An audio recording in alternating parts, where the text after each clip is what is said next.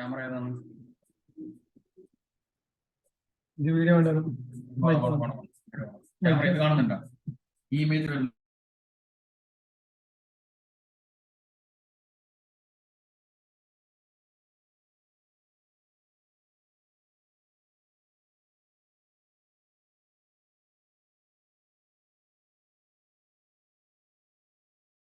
ഓണാക്കണം, നല്ല ആ sound. They can hear us. Let me see. Microphone array.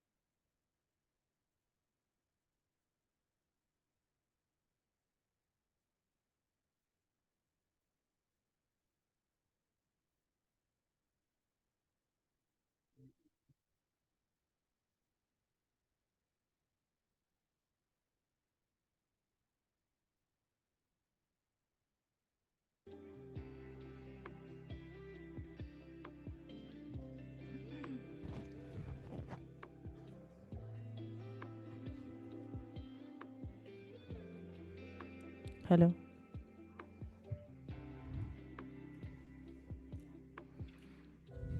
Assalamu alaikum.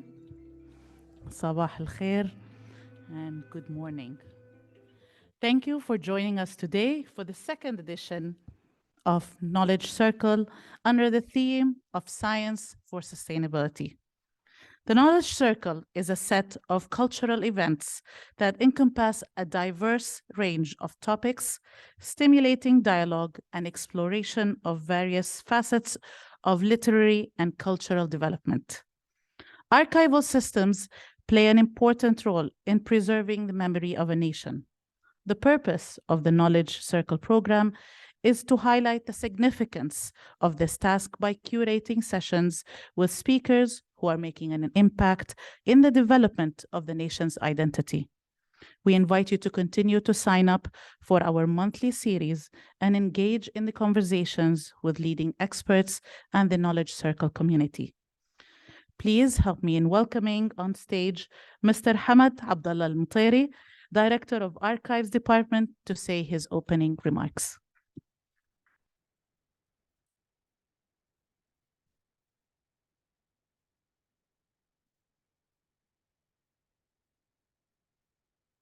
Assalamu alaikum wa rahmatullahi wa barakatuh. Good morning. Welcome to the National Library and Archives of United Arab Emirates.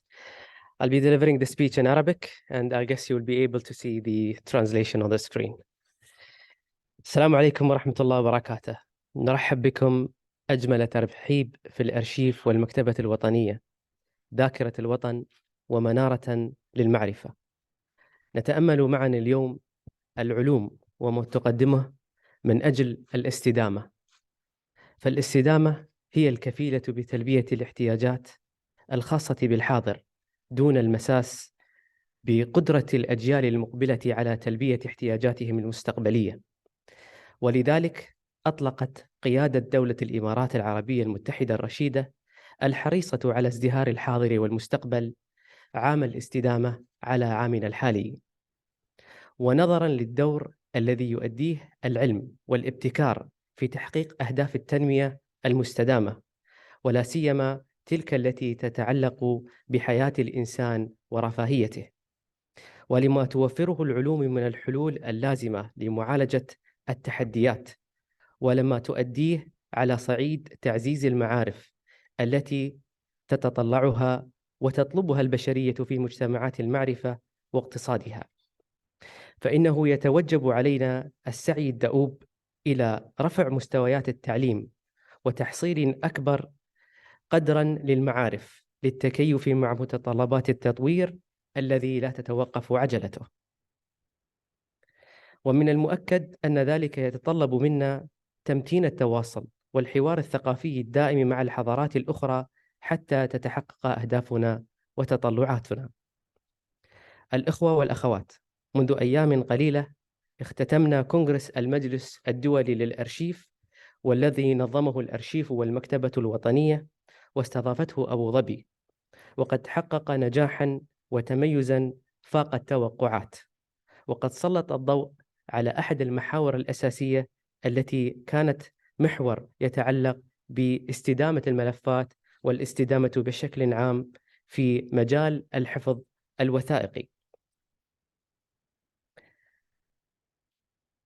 إذ قدم هذا الكونغرس جرعة عالية جدا من المعارف والمعارف المتخصصة في مختلف المجالات، وقد ظهر لنا أن الشباب الذي نعقد عليه الآمال في الحاضر والمستقبل قادرون على التعامل مع مختلف الأنظمة الرقمية والحلول المتطورة، ولديهم أساليبهم المبتكرة في التعامل مع المعلومات والمعارف الحديثة والحلول الرقمية التي أصبحت الآن من الممكنات الأساسية للنجاح وازدهار مشاريع الاستدامة. وجدير بنا هنا ألا نغفل عن الذكاء الاصطناعي والتقنيات الناشئة والمتطورة والحديثة، وما أسفرت عنها من تفرعات ومخرجات تكاد تنال مختلف جوانب حياتنا، وهو بدوره الأسطوري كفيل بأن يسهم في تسخير العلوم الحديثة والمتطورة لدعم منظومة الاستدامة التي فيها خير الحاضر والمستقبل. الحضور الكريم، إننا حين نبحث في أهمية العلوم في دعم منظومة الاستدامة فإننا نعمل من أجل دوام الازدهار في الحضارة جمعاء، ونحن نتوجه نحو مستقبل مشرق تتطلع فيه إماراتنا الغالية إلى الصدارة بين أكثر دول العالم تقدماً. باسم الأرشيف والمكتبة الوطنية نتمنى لكم التوفيق في مؤتمركم في تحقيق أهدافه المنشورة، والسلام عليكم ورحمة الله وبركاته.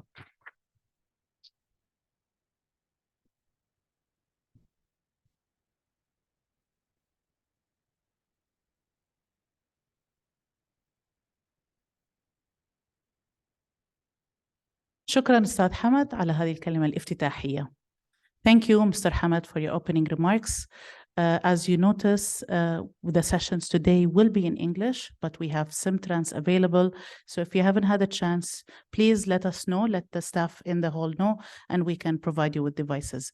الجلسات جميعها اليوم مقدمة باللغة الإنجليزية. إذا تحتاجون إلى الترجمة الفورية فالأجهزة متواجدة خارج القاعة، ويمكن الموجودين هنا أن يساعدوكم في هذا الموضوع.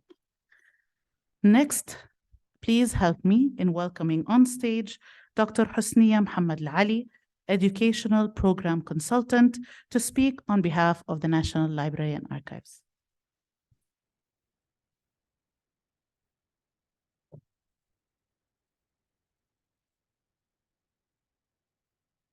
Hi, assalamu alaikum. Good morning, everybody.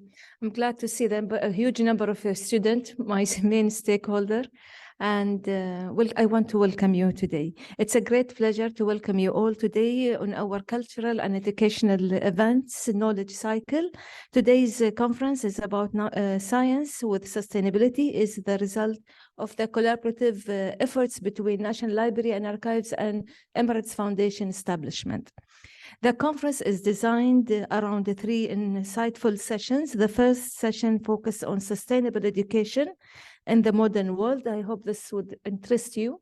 And the second session delves into the theme of navigating net zero. And our third and the final session aims to tackle this question of, is our heritage sustainable? Following the session, we will be hosting an award ceremony to honor our participant who actively contributed to today's discussion, and I want to take the opportunity to thank them and welcome them for today's session. As we reach to the conclusion of this event, I would like also to highlight that we will end with the networking events tour that hopefully will provide you an excellent opportunity to continue discussing and forge the new connection. I wholeheartedly encourage you to take a participation in this valuable and important part of our today's session. I trust that today's discussion will provide a high beneficial, but it's very important, it's essential to note that the idea expressed in this conference are a reflection of the individual's beliefs of our speakers and do not necessarily represent the official stance of the National Library and Archive. Thank you for joining us, and I wish you productive and inspiring day ahead.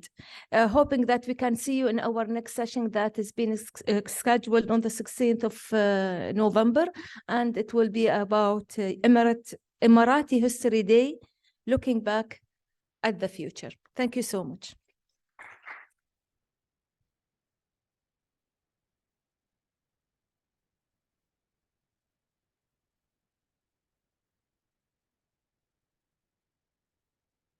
شكرا دكتورة حسنية. Thank you, Dr. Husniya, for your remarks. Now we will proceed with today's program.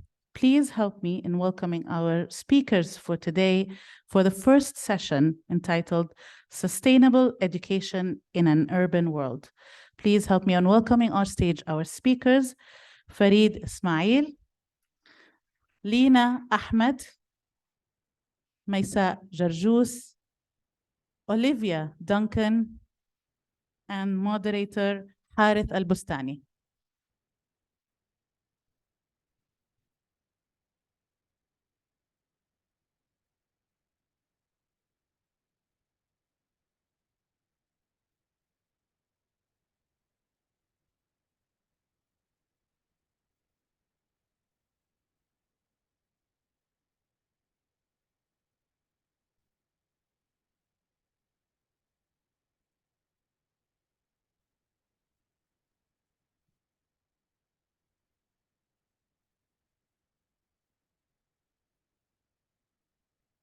Assalamu alaikum and good morning, everyone. Thank you for being here today. This session today is Sustainable Education in an Urban World. I'm the moderator, Harith Al-Bustani. I'm an arts and culture communications consultant and a journalist. And we're joined today by a panel of esteemed architects, urbanists, and educators to discuss architectural heritage and sustainability.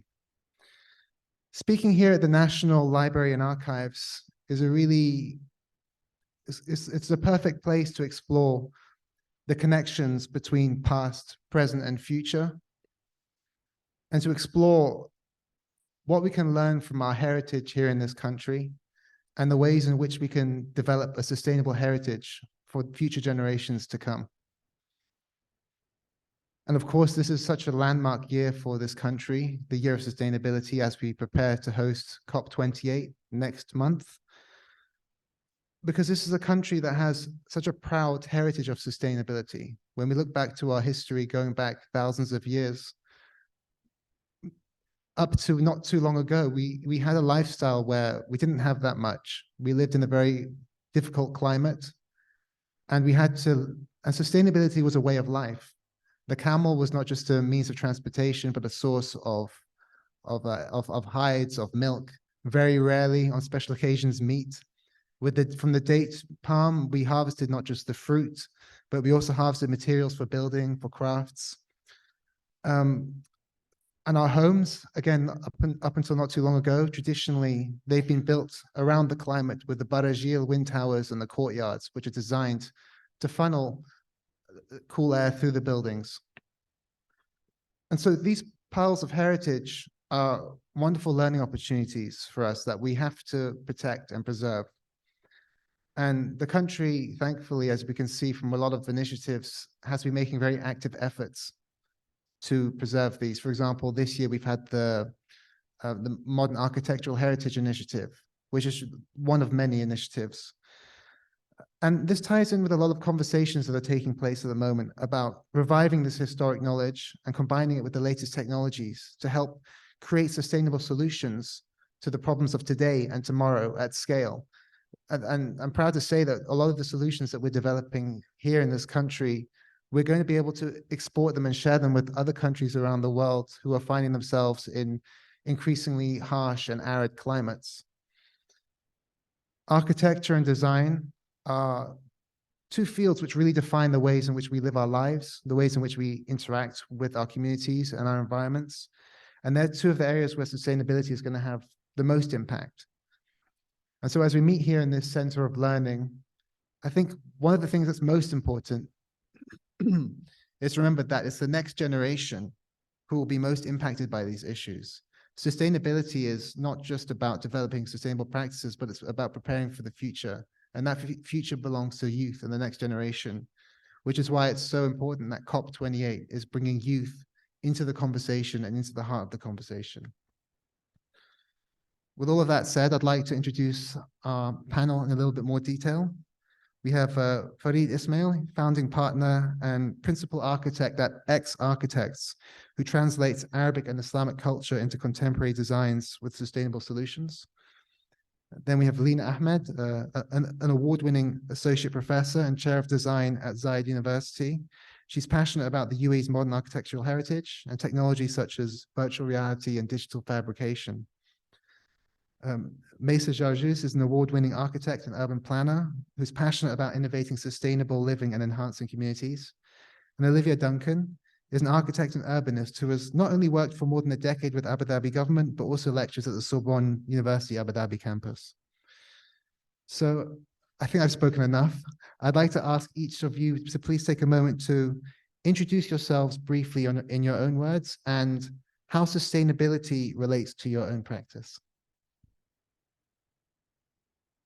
I've got the mic, yeah. Great. Thanks a lot for the introduction. It's a real pleasure to be here. My name is Farid. I'm architect, and definitely as architect, the sustainability is very much, I would say, rooted within our kind of profession. Of course, when we talk about sustainability, it's not just limited to the environmental sustainability, although that's one of the important aspects of it, being where we are, quite a harsh climate, sun, environment, and all of that. But at the same time, it comes kind of the other layers, like looking at the culture, looking at the heritage, the social life around it, the economy, and for us, always the challenge is how we learn from all of this and how we learn from the modern context, the infrastructure, the mobility, the way people live today, and how we bring all of that into architecture, to do the architecture that is contextual, that is adaptive, that is responsive to what we are doing today, but at the same time, it's timeless to the place that we are designing. And I think that's always one of the challenge for us as architects, that how we bring in modernity. We want to be progressive. We want to do something new. We want to design and build within today's context and today's technology, but at the same time, kind of learning from our heritage and to make sure that what we're designing almost bring the balance of both of them together. Hi, everyone. My name is Lina, and I'm a faculty. I'm an architect by training, and I teach a faculty I teach interior design students. On a daily basis in our classrooms, we explore the notion of sustainability. We try to figure out, we have these conversations through projects and through discussions of how to be environmentally conscious. What does it mean? How do we be resourceful with our energies? How do we be culturally and socially considerate? And how do we learn from and also reflect on our heritage? So these conversations takes daily basis in our classrooms and through our projects, and with the hope that these students, when they grow up and become professionals, that this ethos that we instilled in them will reflect in the projects and in the way they interact with the society and how they give back to their country. Good morning, everyone. Thank you for having us here. My name is Mesa. Thank you, Harith, for the introduction. I think what I would like to add to it also, other than our background in architecture and urban planning, master's in American University of Sharjah, but also my contribution and exposure to sustainability other than our work in the built environment. It's also a responsibility that came through giving back to Alumni Association and working as a volunteer in the education sector. And through that, learning and as we progress into the new changes and the demand for sustainable development, as we're seeing from the national, of course, agendas here in the UAE, they've been guiding us and leading us towards that. So there comes a need and came a need to involving also alumni. And we are soon launching an alumni initiative for alumni in sustainability. And I look forward to be leading that first year, managing that. And the theme would be climate change and COP28, to actually connect all our alumni in the sustainability field, because a lot of them are in green techs or startups. So this is going to be an interesting thing. And we look forward to collaboration with other institutes and educational researchers like the library here as well. Thank you. Oh, thank you. Thank you. Hello, good morning, everybody. Thank you, Harif, for the introduction. Thank you, Emirates Literature Foundation, for inviting me and the National Library for hosting us. This is really special. I feel very privileged to be here today speaking to everybody, considering everything that is happening. So thank you for your time. I'm Olivia Duncan. I've been in the UAE, and specifically in Abu Dhabi, serving the government for 14 years. So I'm very proud of being part of this journey. I am trained as an architect, like my colleagues here, but at the end of my degree, I decided I was almost anti-architect, and I went towards urban. So I became, by practice, urban strategist, I like to call myself. But I'm also a mom, and I'm also a researcher. I'm doing my PhD in the UK, Bartlett School of Architecture, even though I'm not so happy to be an architect. I go back to them. And my interest in sustainability is also complex because I find that at the end of a degree that I did in sustainable urban development 10 years ago, I found myself reflecting that sustainability is an oxymoron with development, with urban, and with perhaps even capitalism. So even though we are celebrating sustainability, it's interesting to be speaking about modern heritage because we have to pause. So I'm very proud to be serving the indigenous people of this country because I myself have ancestry. I'm originally Brazilian and Maori from New Zealand. So I appreciate the power of land, the power of heritage, and how sometimes by just pausing and reflecting, and something that I really appreciate in us looking at what has been built. So how can we make sure that whatever building we do from now on, we make sure that we exhaust every other alternative before we transform land into a new piece of building. And this is a very important conversation in the UAE. We need to really value what has been built, all of the carbon dioxide emissions that have occurred because of that. After every possible alternative is thought of, I think that's something that architects have to really reflect on. Thank you. I spoke too much. Sorry.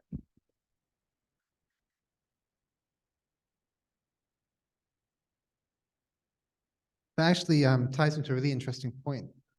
Earlier this year during the UNESCO World Heritage Conference, I had the opportunity to speak with the head of antiquities in Bahrain, and we were talking about some of the major themes that are under discussion at the moment at UNESCO, specifically about World Heritage.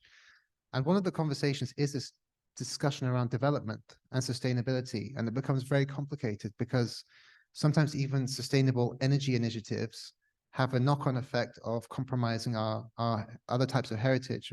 For example, the construction of a hydroelectric dam might compromise an area. Or there was a very interesting example in the Netherlands where there was, I think, an ongoing project to build new sustainable windmills right next to a site of the Netherlands' very famous World Heritage listed historic windmills. And so these conversations around sustainability become very complex. And I'm wondering if, with sustainability, we have, of course, environmental sustainability, we have cultural sustainability. What does sustainability really mean to you as kind of urbanists and architects and educators? Please, anyone.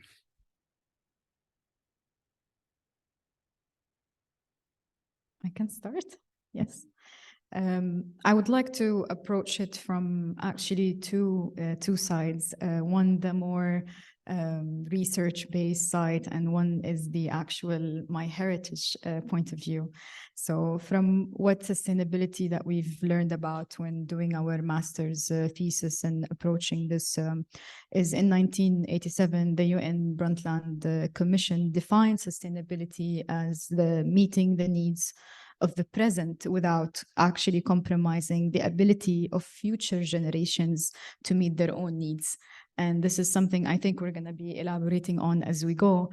But one other side of this is that I would like to add from my view on sustainability is my heritage, and particularly my grandmother's legacy. I'm originally from Syria, even though I've called the UAE home for the majority of my life, and Saudi Arabia. But I remember growing up witnessing a lot of reuse and repurposed items at our home. And that not only embedded almost that practice throughout my entire life, but also I have seen my grandmother, the way also she manages bio-waste or the actual food waste. Nothing actually gets to be wasted. Nobody in our community sleeps hungry. If your neighbor is in need, you will give. If you have someone you know, that you will share. So that social responsibility came in from a very young age. And if not, also the animals. So you're also being educated and aware of the environment around you and your responsibility to contribute to that. So that's my heritage side on this.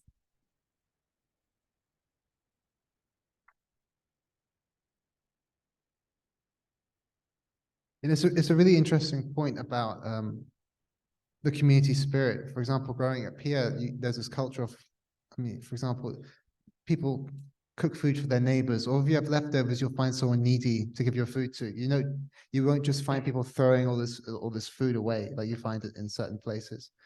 But I think here there's a very interesting, so my father's Emirati, my mother's British. And obviously we've had such a rapid development of this country in my father's lifetime. And so much of our culture before that was transmitted orally. So it's really remarkable that much of this has survived and it's actually being passed down. But I think it highlights the really delicate nature of heritage in a lot of forms. You have kind of oral heritage, you have written heritage, you have archives, which is such an important aspect, and then you have the physical heritage as well. And I'm wondering, in rapidly developing urban environments like we have here in the UAE, does sustainability take on a greater meaning? Is there a greater responsibility towards protecting it? And what sort of safeguards can practitioners or educators put in place to help preserve that knowledge and all that heritage for the next generations? I'm going to answer from a pedagogy perspective point of view. So when we look at the culture, society, UAE is a relatively new nation. It has been here for 50-something years, which is relatively new if you compare it to other nations like European and more established ones. So usually in the community on a daily basis, the old is really celebrated and the latest new is really celebrated, and the stuff that is in between kind of get overlooked or a bit forgotten. And the built environment in between is really important because it is what served to establish this nation and to lead us to what we are today. So part of what we look at sustainability is, I would say, two ethos. One is modern heritage, and the other one is adaptive reuse. So from the adaptive reuse perspective is that these built structures which are looked as tired, maybe out of fashion possibly, and no longer desired by the public, how do we reintegrate them rather than demolish them and replace them with new ones? How do we reintegrate them into the fabric, into the society, and find new structure for them? And this is a question that with my students, we constantly deal with, and we have several projects and discuss in classrooms. And the other one is modern heritage and how do we learn from it? So it's not only about preserving modern heritage, it's also about looking at how certain things were done, how the facade was a thick strata back then, and how to integrate these passive tools or passive means. So we don't only depend on technology today, but we also marry it with these passive means and possibly come up with an alternate answer that might be combined too. If I may add to it, I mean, looking at the historical fabric in the UAE, I mean, the sustainability is very much integrated at many levels within the within its context, whether it's through the urban alleyways, the walkways. Sometimes you see every house, for example, at the entrance, they have a social gathering place, or you have smaller courtyard where they are very well shaded. That is a place where people really gather. So the whole architecture and urban was very much organized itself over years of time, that people could adapt and people could live in this environment. So you see the compactness, you see thick walls, and these are, for example, to respond to the environmental aspect. You see kind of a smaller social gathering, and that's mainly because it's always shaded, and that's where it's cooler, and people create a microclimate, and that's a place where people do gather. Again, one other thing about compactness, it's kind of reduces the distances that people could walk more often. So looking at somehow people had adapted themselves over maybe hundreds of years how to live in this kind of in harmony, I would say, with this environment. And I feel okay, that is what we refer to as sustainability. Definitely, then you have the modernity, you had the new technology, and then you had the new infrastructure that had to come into the nation. There's a new way of mobility and all of that. And I think for us, the role as an architect, urbanist, would be that how do we integrate that in a sensible way? We don't have to just take and copy paste maybe the urban grid or kind of street and infrastructure grid, but then how we could really integrate that we still become sensible when it comes to mobility and transportation, when it comes to environmental sustainability, when it becomes to the social gathering. I mean, it's quite interesting what you're saying, that there is still this notion of kind of social life within our neighborhood, especially when we refer to local neighborhoods. Many of the local neighborhoods, you have quite a very big, I would say, or deep infrastructure section, which almost separates between the houses.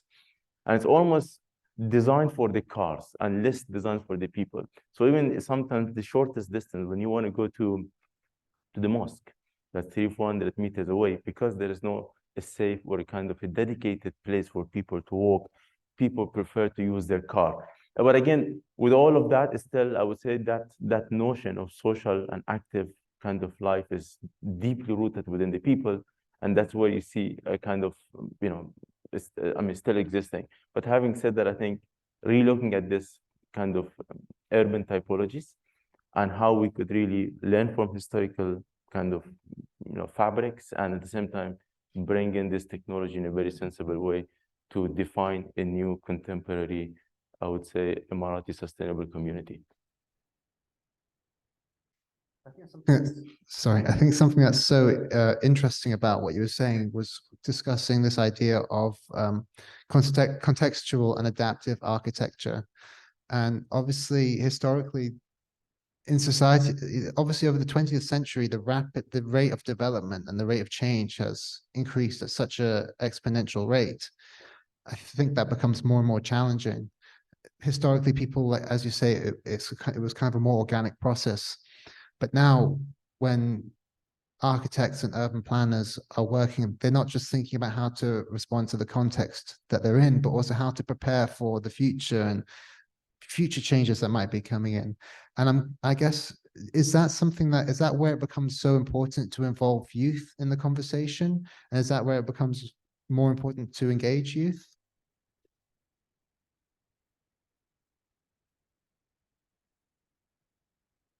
Oh, working.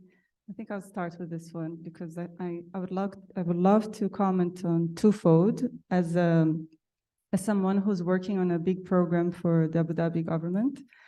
We launched just what you said about involving people, which in my opinion, it's one of the biggest gaps in sustainability is the social sustainability. We all learned the triangle, right? Economy, environment, social. So if we want to, play with that, if we look at social sustainability, it's one of the biggest gaps. So if I'm personally interested as a researcher, as a practitioner, and what's really lacking is how do we engage?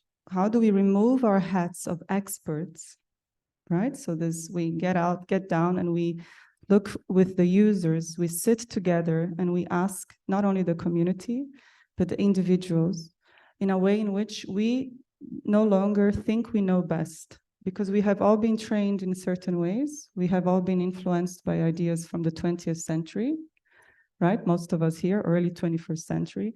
And we're not in a good place to really understand the needs of the future. We think we are, but in my opinion, and I represent myself, I think we have a lot to learn from the younger generation. So something I'm really excited about, one of the programs, Livability, that we are working on for Abu Dhabi, is that we created a survey that is designed to be interesting for the youth, so for young kids, as well as the older generation. So if you can go, it's a Dream Neighborhood online. We can talk about it later, but it's designed in a way that we sit with the children, we're activating and we're asking children, what would you like to have in your neighborhood? And I think architects and urbanists typically think that as we follow manuals and indicators, we know best because we want to, situate ourselves in the global index. However, once I deliver something that is approved by societies, by sustainable experts, have we ensured that the community feels that they belong to each other? Have we ensured with the design that people actually want to get out? Because now I spoke about me being supporting, the government, but if I look at it as a educator, so I teach master's students at Sorbonne, and I have this wonderful, brilliant, he's elder youth, because I discovered I'm elder millennial, because I'm like above 40, but he's like 30, so he's elder youth. He's no longer youth, he lost that title. So he's looking at Al-Samha residents, and he's interestingly asking the youth, the Emirati youth, that neighborhood. So as per planning terms, it's a suburban area, but it's Emirati neighborhood. How do they feel about the Shabiat housing? So the older housing from the 70s, from the 80s. And what are their dreams? So what are the housing, what is the sizes? What are these designs of neighborhoods that support their dreams?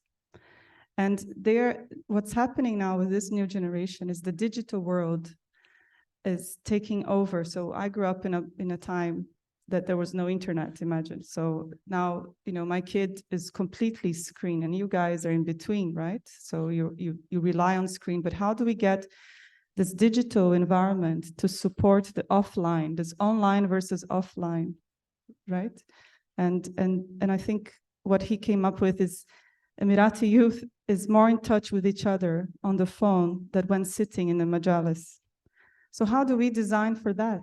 How do we bring back the interest to sit together without being on their phones? So I find that very challenging. I don't have an answer, but these are the things that are, sometimes it's good because through the digital environment, we are capturing people's dreams. Like I said, we have the Dream Neighborhood Survey. However, from a research perspective, someone who's studying, who's sitting with the community, he's an Emirati himself, Hamad Arumethi, I'll give him credit. And he's sitting and he's understanding, again, this big word for me is complexity. How do you manage? And sustainability is about compromise. How much do you compromise? So do you compromise which species are dying for us to live? Yeah. That was deep. Yeah.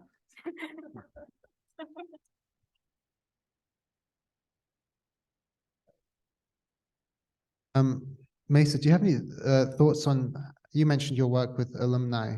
Yeah. Does that connect in with kind of the volunteering work that you've been doing as well?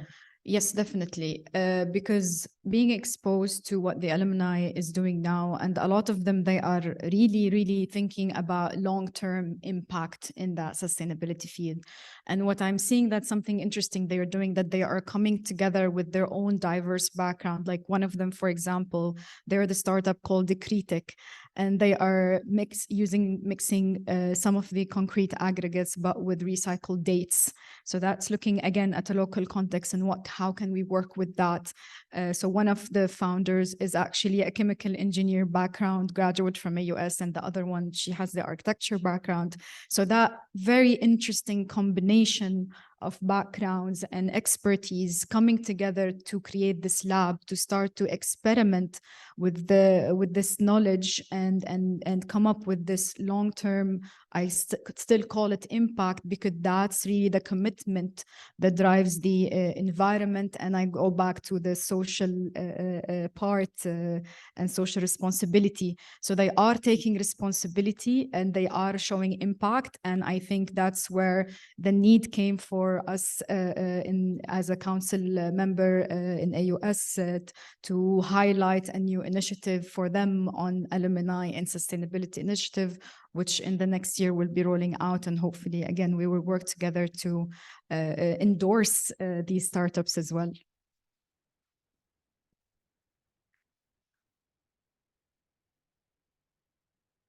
It's an interesting point. I think a lot of the I think with the development of digital spaces, as Olivia mentioned, you have, I spoke with this about I spoke to an architect in Hong Kong about this, and he was talking about how there seems to be this trend in many parts of the world where people are living in smaller and smaller spaces and spending more and more time in digital spaces online.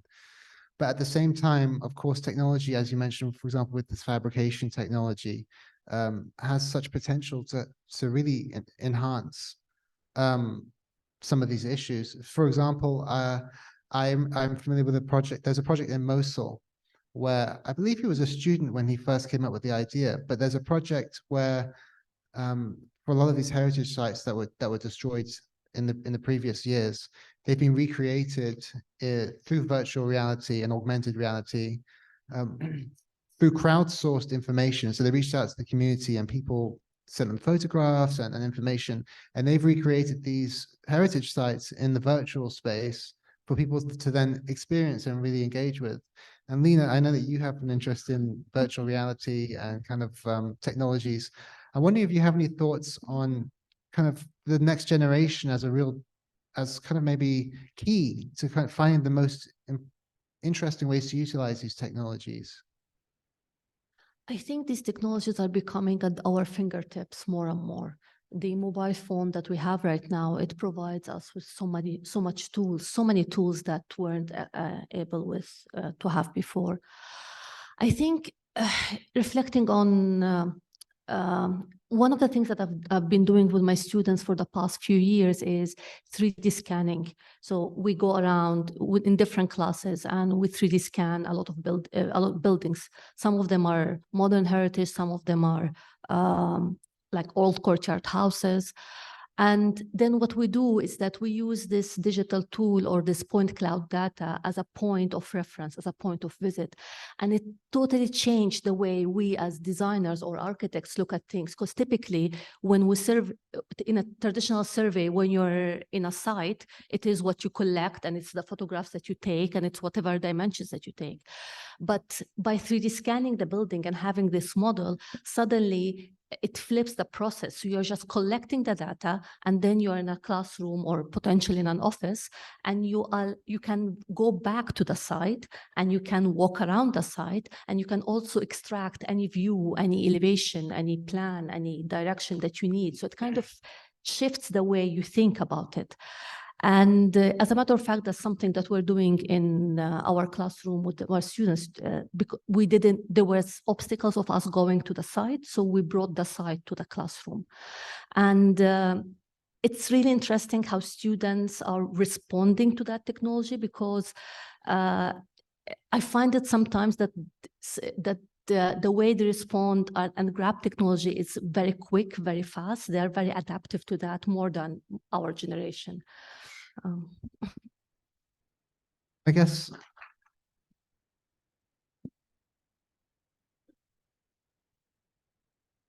seeing as people from such diverse backgrounds and different backgrounds, whether it's age or experience level, bring completely different things to the process.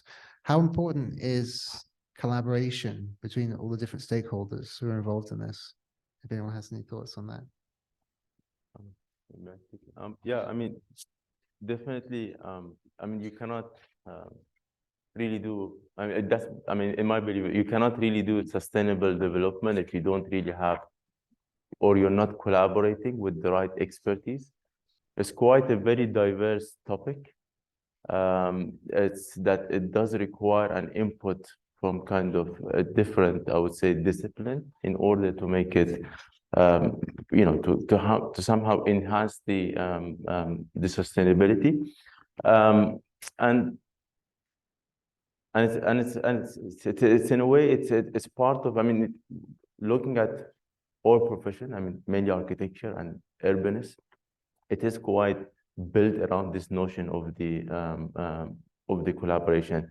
It's been almost now 20 years since, you know, I've been practicing architecture. And it's quite very important to see how, especially in UAE, this notion of collaboration, and specifically collaboration around sustainability, has been progressive and has been evolving.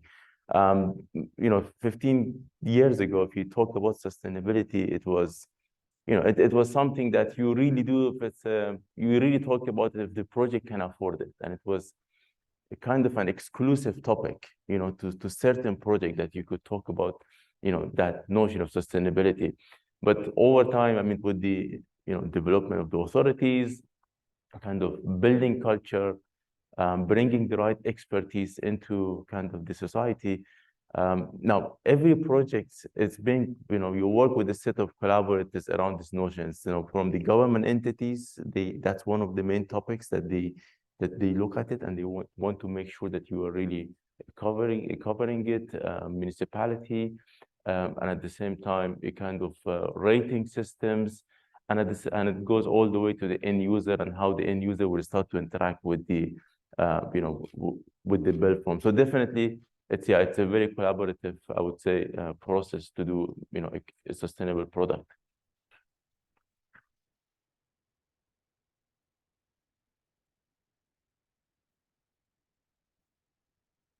Sorry. Can I add to that topic, please? I think what's one other thing important when we talk about collaboration is actual data sharing also between these entities. And the reason I say this, also coming from a research background and also having pursued my master's here as well a couple of years ago in urban planning, my thesis was on sustainable water management, blue infrastructure. And of course, the site was a very local site that was hypothetical, that we needed to come up with strategies and policies and solutions, even though they could be inspired by solutions that are not based here, but we still have to cater them and make them work here, right? So that requires a lot of collaborations and learning lessons and data sharing from other entities. So looking at, for example, when I was looking my research, I was looking at Masdar city. So there is certain information that's also exposed about it being one of the eco-district examples in the region, but also there are things that I wanted to know more about. So that created this whole connection with authorities and connections with ministers that we needed to have to exchange a dialogue with, to learn more about what they're doing. But will also be interesting to have this data more shared, more accessible, let's say, for researchers like us, or who are also pursuing the research now in universities. It'll be interesting for these big platforms, and I understand they are endorsed with semi-governments and there could be some privacy respected there, but it will be interesting in the future to see how could that collaboration be strengthened in a, of course, more monitored process, but also influence back and inform the research institutes as well. So when these graduates come back with this research that they spend months on, that it's useful, and it can, these strategies and policies we're coming up with can be really applied and experimented, and the ones that didn't work in the past, we don't look at or we improve on. So I think that's an interesting part, the data sharing in collaboration. Thank you.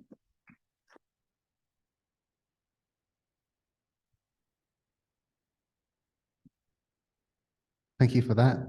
And in the spirit of collaboration, I'd just like to take a moment to see if anyone in the audience has any questions that they'd like to ask the panel. Please just raise your hand if you do.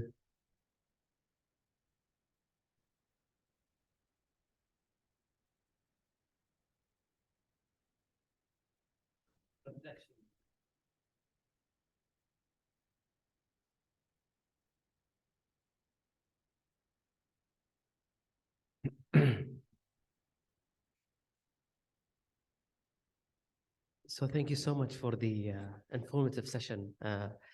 I'm not an architect. I'm an archivist. So I was looking at the sustainability from an archivist point of view. And going back to Mesa's note about, data sharing, data preservation.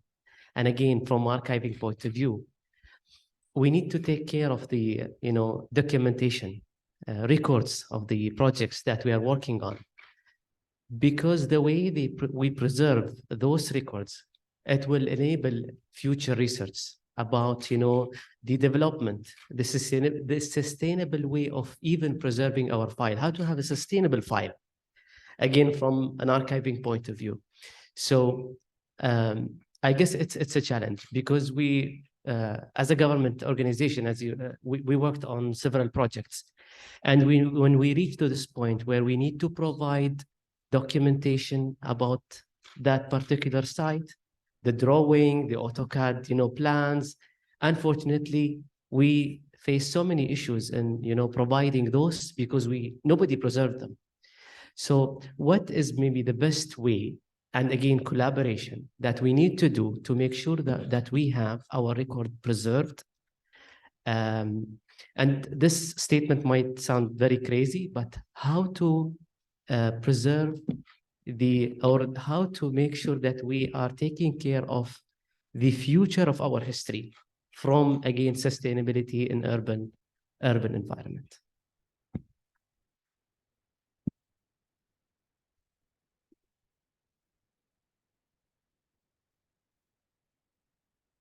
I think you're talking from an archival perspective, and archiving and collecting everything that we have and making sure it's recorded and it's accessible is one very, very important key aspect.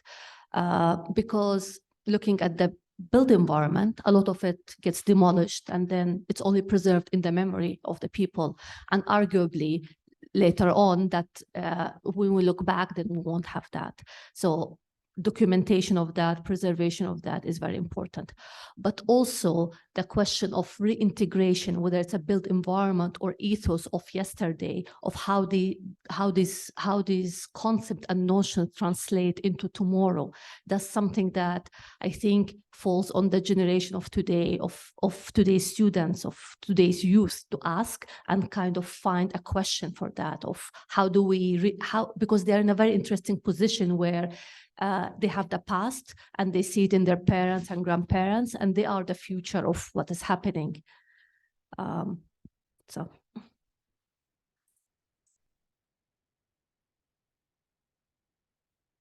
Thank you again for the question. I really appreciate it. And I want to touch on 2 points here. Recently, there has been an announcement from the Ministry of Culture and Youth, which launched an initiative to promote the UAE modern architecture heritage on some of the most significant examples that we have here, especially the post-1960s architecture across the country. And this is a very, very exciting and encouraging news, because this shows that there is an awareness to the importance of starting to do this process and encourage it throughout the UAE. The other thing, the practical part that I would like to share from a personal experience is we're all accountable. And I'll tell you an example. When I was doing a project for Dubai College, Dubai College is one of the oldest colleges that we have here in the UAE. And at that time, we needed to do some of refurbishment, and I needed to get a building permit. And for that particular part that we were doing this extensions, there was no actual digital archive for that.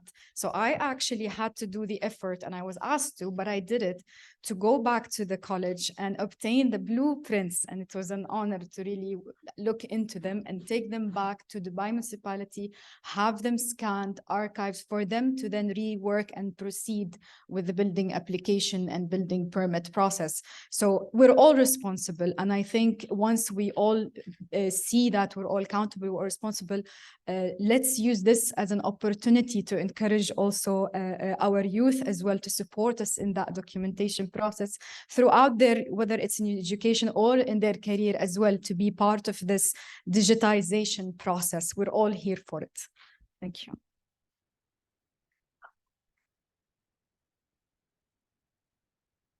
I would like to comment as well. And thank you, Maisa, I like what you said. And what's popping up for me is this awareness. Because when you asked the question, I thought of the Rosetta Stone and the power of translation. So again, I'm not being practical, I'm being more philosophical. But if we have something that we really want to keep, we want to translate to all languages possible. We want to spread the word. And I think this is the power of the local, the UAE kind of storytelling, the oral history that has happened. And it really stays alive if you put this in the youth, in the heart, if you go to the soul, the youth, and you start everybody early, telling the stories, telling the importance of all that was done here, telling the importance of navigating in the desert, how could they survive, and centralizing, bringing for us in the Gulf to start teaching the rest of the world how whatever is happening here, we will then be the best practice for surviving a world that is heating up, right, with global warming. So let us translate to every culture. Let us talk about it every day if required, and create awareness at home. It starts with the individual, with the family, the neighborhood. So almost like normalizing archival, normalizing history, like this is what our family is known for, this is what our country is known for. And, you know, that's kind of what I saw. Yeah.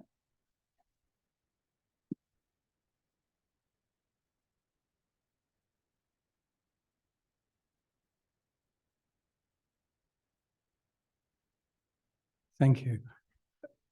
I think it's very interesting. We talk about digitizing everything. I'm old enough now to have, started my life before there were any computers, my working life before there were computers, where you measured and surveyed by hand. You put drawings on paper. There was no digital world. The digital world has come in and it's gone through many iterations in a very, very short time, 30 years, 30 plus years, 40 years, most 35 years. And we now have the problem where it's extremely difficult to access data that was recorded in those early years. But, with this whole need to digitize, we've sometimes destroyed the originals. I'm now really talking at the level of municipalities, planning departments, and so on.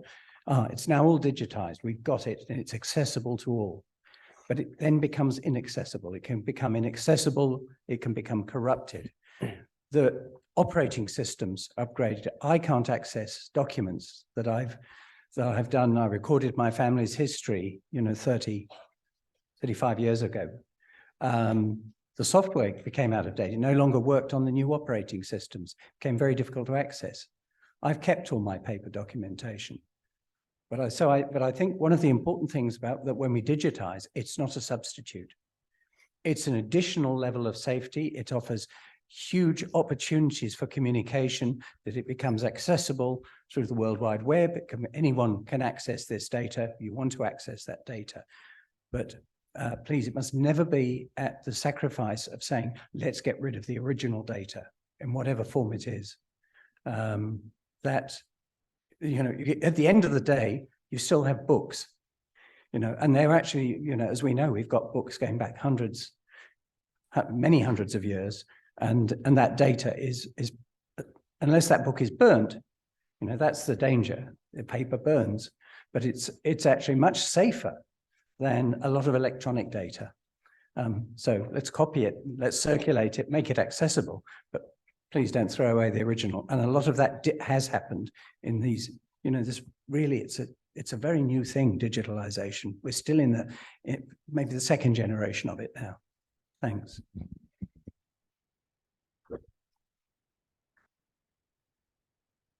Can I just comment on that?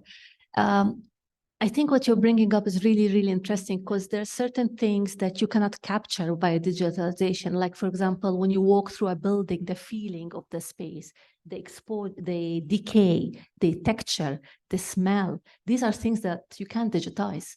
And yeah, you totally lose that when you go to the digital world. I think one interesting thing to add here, really inspired by what you're saying, is that the generational legacy. We talk in planning about infrastructure legacy, architecture legacy, there is an archive legacy, and it's going to be a generational revolution. So there will be definitely what we have in the tangible, and definitely we're going to have the digital, the hybrid, and God knows what else. We have AI, and we don't know, even with this additional, I don't know, fifth, sixth dimension, eighth dimension, where are we going to go? So it's going to be really interesting to trace all of this legacy as we all grow up and watch this happen.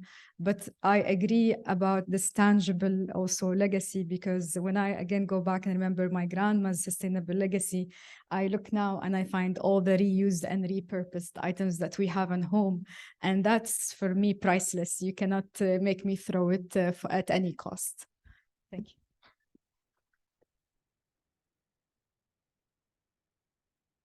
I wish we could carry on this conversation longer, but unfortunately that brings us to the end of our session. So I'd just like to take a moment to thank our panelists today, for everyone in the audience for being here. Of course, the National Library and Archives of the Emirates Literature Foundation. Thank you, everyone.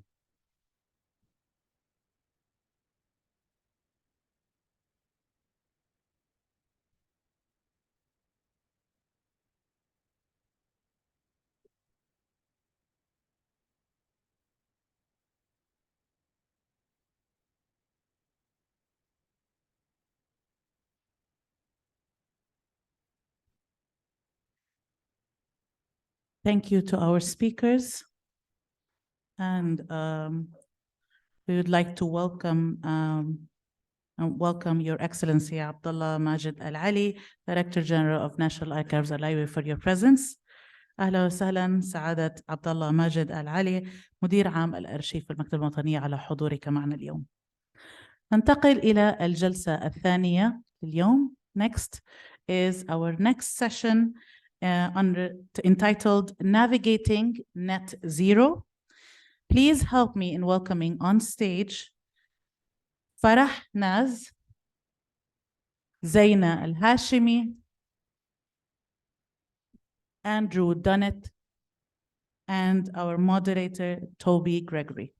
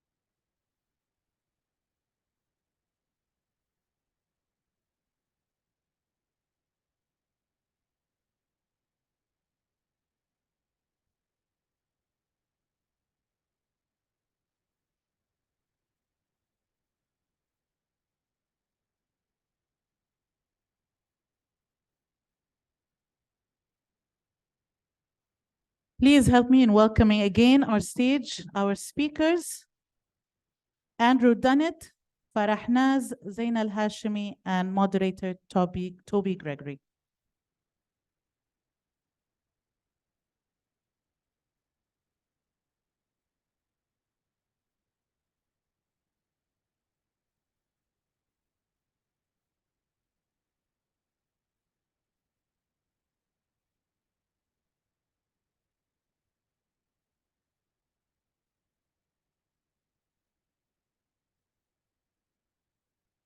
Good morning. Thank you, everyone, for joining us.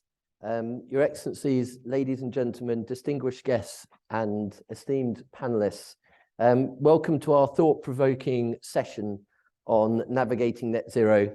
Today, we're going to delve into the realm of environmental, social, and government, ESG. I did a very quick Google search this morning and one last night, and it doesn't change much. But roughly in 24 hours, there are 29,647 articles written around the world connected to ESG. Now, I didn't have the time to do a full report, but it's one of the highest rankings you get on Google. So that's astonishing. And it also relates to how important this particular topic is. I'd like to introduce my esteemed panel here. Zina Hashmi, sustainability specialist, advocate for the conscious consumerism, passionate about behavior-based solutions and community initiatives. Farah Naz, regional head of innovation and ESG for the Middle East and Africa at ACOM, and also an esteemed author in her own right. And Andrew Dennett, SVP EAND, an expert in external affairs, leading communication, regulation, security, and sustainability initiatives. As time is tight, I'd almost like to delve straight into it and start with you perhaps, Andrew, and really what ESG means to you in the context of your area of expertise. Well, I think, I mean, this is about net zero, you know, the conversation today. And I think, I'll come to ESG in a minute, but I think net zero for me as a person, regardless of my job, we've just had the hottest 3 months ever recorded in history. We've just had the hottest 3 days ever recorded in history. And so, you know, I'm sure everybody in the audience has seen pictures of glaciers receding, sea levels rising, the horrific month's rainfall in one day in Libya. So, you know, I think Mother Nature is calling, you know what I mean? And we need to listen very clearly and very profoundly. So when you talk about net zero, as you're talking about today, that's my starting point. The second thing, again, as a human, as a person, as a parent, in a universe where we know there are 2 trillion galaxies, one of which is the galaxy that we're living in at the moment called the Milky Way, which has 400 billion stars, how did we get to this point? You know, how did we get to the point where the only planet that we know of in the known universe, which has life as sophisticated as ours, is on the point of destroying that life? So my starting point for net zero, as a person, not as a corporate executive, but as a person, as a parent, as a fellow human, as we all are in this room, is that's my starting point. And then you come to a very practical, which is what the conversation is about this morning, which is what's the problem? And the problem is that current climate crisis is caused by an energy process built upon fossil fuels that we can no longer sustain if we're going to make that change, and if your children and my children and their children are going to survive on this one planet in that enormous known universe where life is sustained. So we come to ESG. Sorry, I never answer the question. We can come to ESG in a minute. But you know, why am I here? I'm here because I'm passionate about that subject. That's why I'm here. And Farah, you know, the passion shines through. I kind of ended talking about, you know, your role as an author. That's kind of ignoring the history and everything you've done. Do you see it the same way? Yes, but I'm an engineer, so I always look at it from an evidence perspective. So net zero is a very recent concept that we came to know about. But essentially, we are at the 3rd phase of net zero transition. So a decade ago, a net zero concept existed, mostly in the scientific world. People couldn't Google it or know about it. It's only in 2018 when a climate crisis and emergency became a crisis across the globe. There were lots of disasters in terms of climate. That's when IPCC published the report and talked about a net zero 2050 transition. So phase 1 of net zero was more about principles. Phase 2, which is 2018 to onwards, was about pledges. So globally right now, the thousands of companies, 250 cities have pledged for net zero, countries have pledged for net zero. UAE have signed up for the net zero transition by 2050, as per other Gulf countries. Currently, this year is very important. It's the delivery, it's the first global stock take of how we have done. It's kind of like a report card that's going to take place in COP28 in 50 days' time. I know the exact timing, because we're delivering carbon management for the COP28 as a technical for the UAE government. So right now it's the delivery phase. So if we simplify the concept of net zero, imagine bath tap full of water, and the tap is on and the water is going to flow out. That's the carbon content. If we replace water with carbon, that's the atmosphere we're in. So first you have to turn the tap off, pull the plug in to let the water flow. So net zero essentially oversimplifying a concept of carbon. Everything has carbon and amount of carbon. It's the equal balance of carbon to what we emit to the atmosphere and what we take out. You talk about turning the tap off. Obviously, if it was that easy, I think we would do it. And you know, this is called navigating net zero. So exactly. So given your expertise and your work, you know, both locally and globally, how do we do that? Oh my God, that's what we are all trying to figure out. That's what COP is about. So essentially, globally, it's a big challenge. It's not a technical challenge. It's a human challenge, because exactly what you talked about.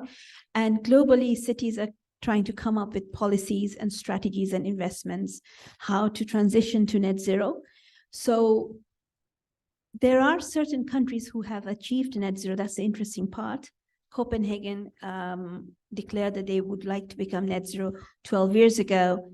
And then 3 months back, they say they're unable to achieve net zero, but there's a learning story on that.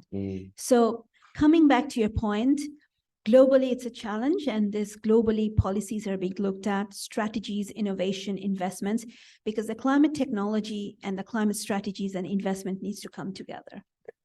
Remember the Copenhagen story. We're definitely going to come back to that in a minute. If I could just, you know, talk about locally, we've looked some of what the world can do and some of what companies can do, but what can individuals do? You know, we're here amongst many students. What's their role in navigating net zero as you see it? Okay, so from my end, my perspective, honestly, I would, you know, sit down here and I can talk about this for ages. I've been in the industry for 11 years. But before I answer your question, I really want to turn to the audience, and just from a show of hands, I want to know how many of you guys actually know what ESG stands for, or what net zero actually is. Have you heard of these two concepts before? Just a quick show of hands so I know, you know, how much I can delve into this topic. I think if we start with ESG, who's familiar with ESG? With ESG. ESG, okay. Who's familiar with net zero? Bigger audience, okay, that's great. So from my perspective, ESG is basically a measure of the performance of sustainability. Everyone and anyone can talk about sustainability. It's applicable to an individual, a corporation, a country, but then how do you actually measure that sustainability? How does someone come and say you've attained it or you're far from it? And ESG is that lens. It's that measure of performance. And the lens comes from external stakeholders. So people come in externally and they assess how well you are doing in terms of your sustainability strategy, targets, and performance. And so in terms of environment, social, and governance, where you want to translate it into an individual perspective, you have to look at yourself first and foremost. What is it that you're doing on a daily basis that is adding up to this, you know, sustainability narrative? I'm sitting at home, I prefer to ride a bicycle versus me, you know, driving a car.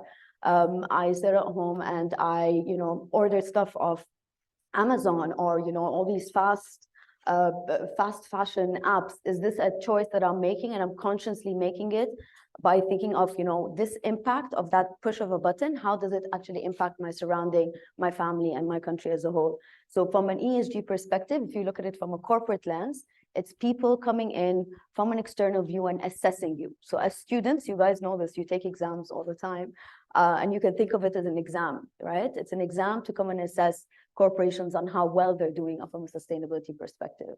From a net zero aspect, and I'm sure you guys from the show of hands, you've heard that term more often. Again, I want to translate it from a student perspective, educational perspective.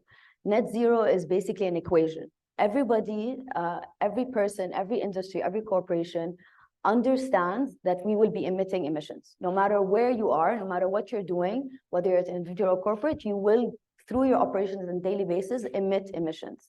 And so net zero is the notion that we will continue to emit emissions, but we will also leverage on technology and innovation and fast progression, that we can also remove these emissions from the atmosphere. So net zero, you can think of it as an equation. It's a balance. Us, putting our foot down, saying, no matter what we do, emissions are always going to be there.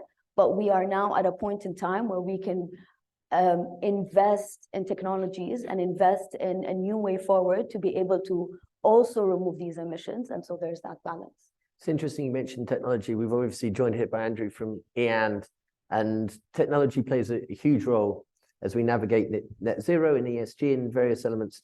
Andrew, what change have you seen? Because you've obviously got a lot of experience globally, both from a European perspective and now you transferred back here. What changes are there in terms of how people are approaching technology, and any advancements that you've seen that help us navigate net zero? Well, I mean, there's lots of ways of answering that great question. I think in just sort of connecting to the point, and Farad know this as an engineer. If you're an American citizen, you're probably emitting 19 tons of CO2 a year in your daily footprint. If you're Chinese, I think it's about 17 million at the moment. I checked my current footprint in the car coming over from Dubai. It said I was emitting 37 tons of CO2 this year, which I thought is absolute rubbish. The app doesn't work. But I think unless I'm sort of slightly out on a limb and on my own, I think probably everybody in this room would actually like to know what their own individual carbon footprint is accurately, not sort of just generally based on some sort of a simple formula. And then we can make decisions about our own way that we live, how many times we fly, what vehicle we use, what food we eat, what holidays we go on. And then we as individuals can take responsibility for our own carbon footprint.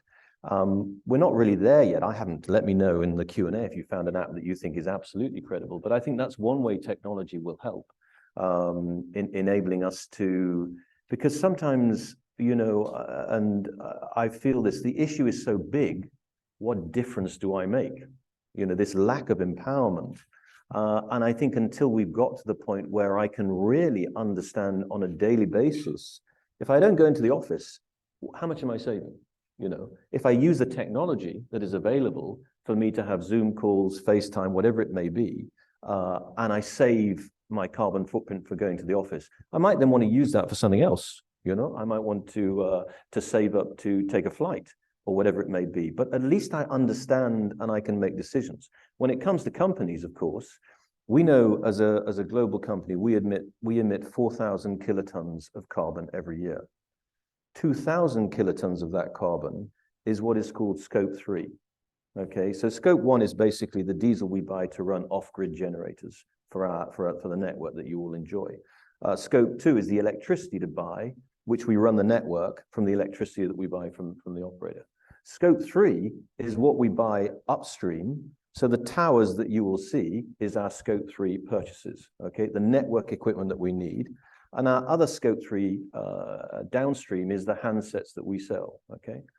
So for us as a company to focus on that issue, then we need to work out with those who supply us with the network equipment, with the handsets that you buy that we sell, how we reduce the carbon footprint in the manufacturing process of both of those. So for us as a technology company, addressing those issues is absolutely critical, because 5G requires more energy, okay, than 4G, okay? You get 5 times the power through the network, but it requires more energy.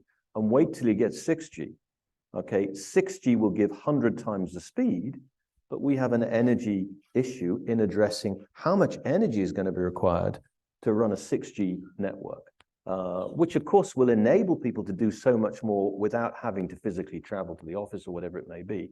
But it comes at a cost in terms of the amount of energy to run that network. So I think technology is absolutely critical in supporting, in supporting this transition process.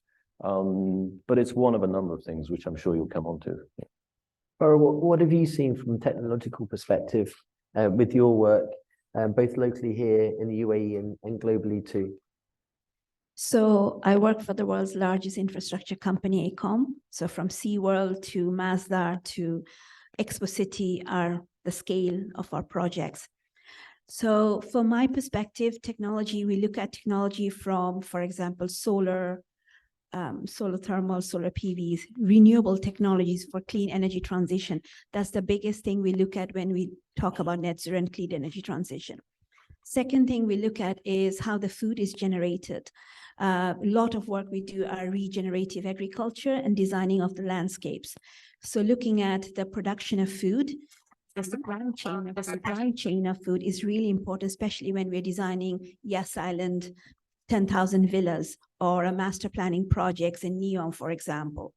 And the last thing we are looking at also water. Now water desalination is the biggest energy consuming in this part of the world, solar desalination, but also air to water technology. Converting air into drinkable water was first tested in Masdar. This year, it was tested in Expo City.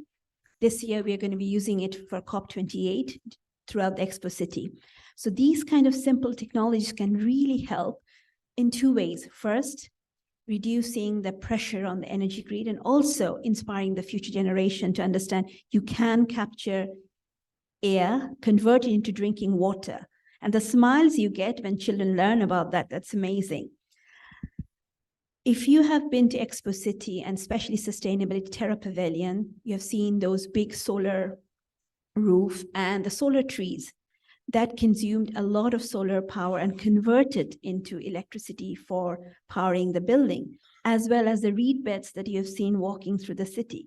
Reed beds are a really good way of waste water desalination, that kind of technology. So the reason I'm saying that is simple things that we don't think about that has been there in the land for generations with technology can be converted into high potential business opportunities as well as sustainable business cases.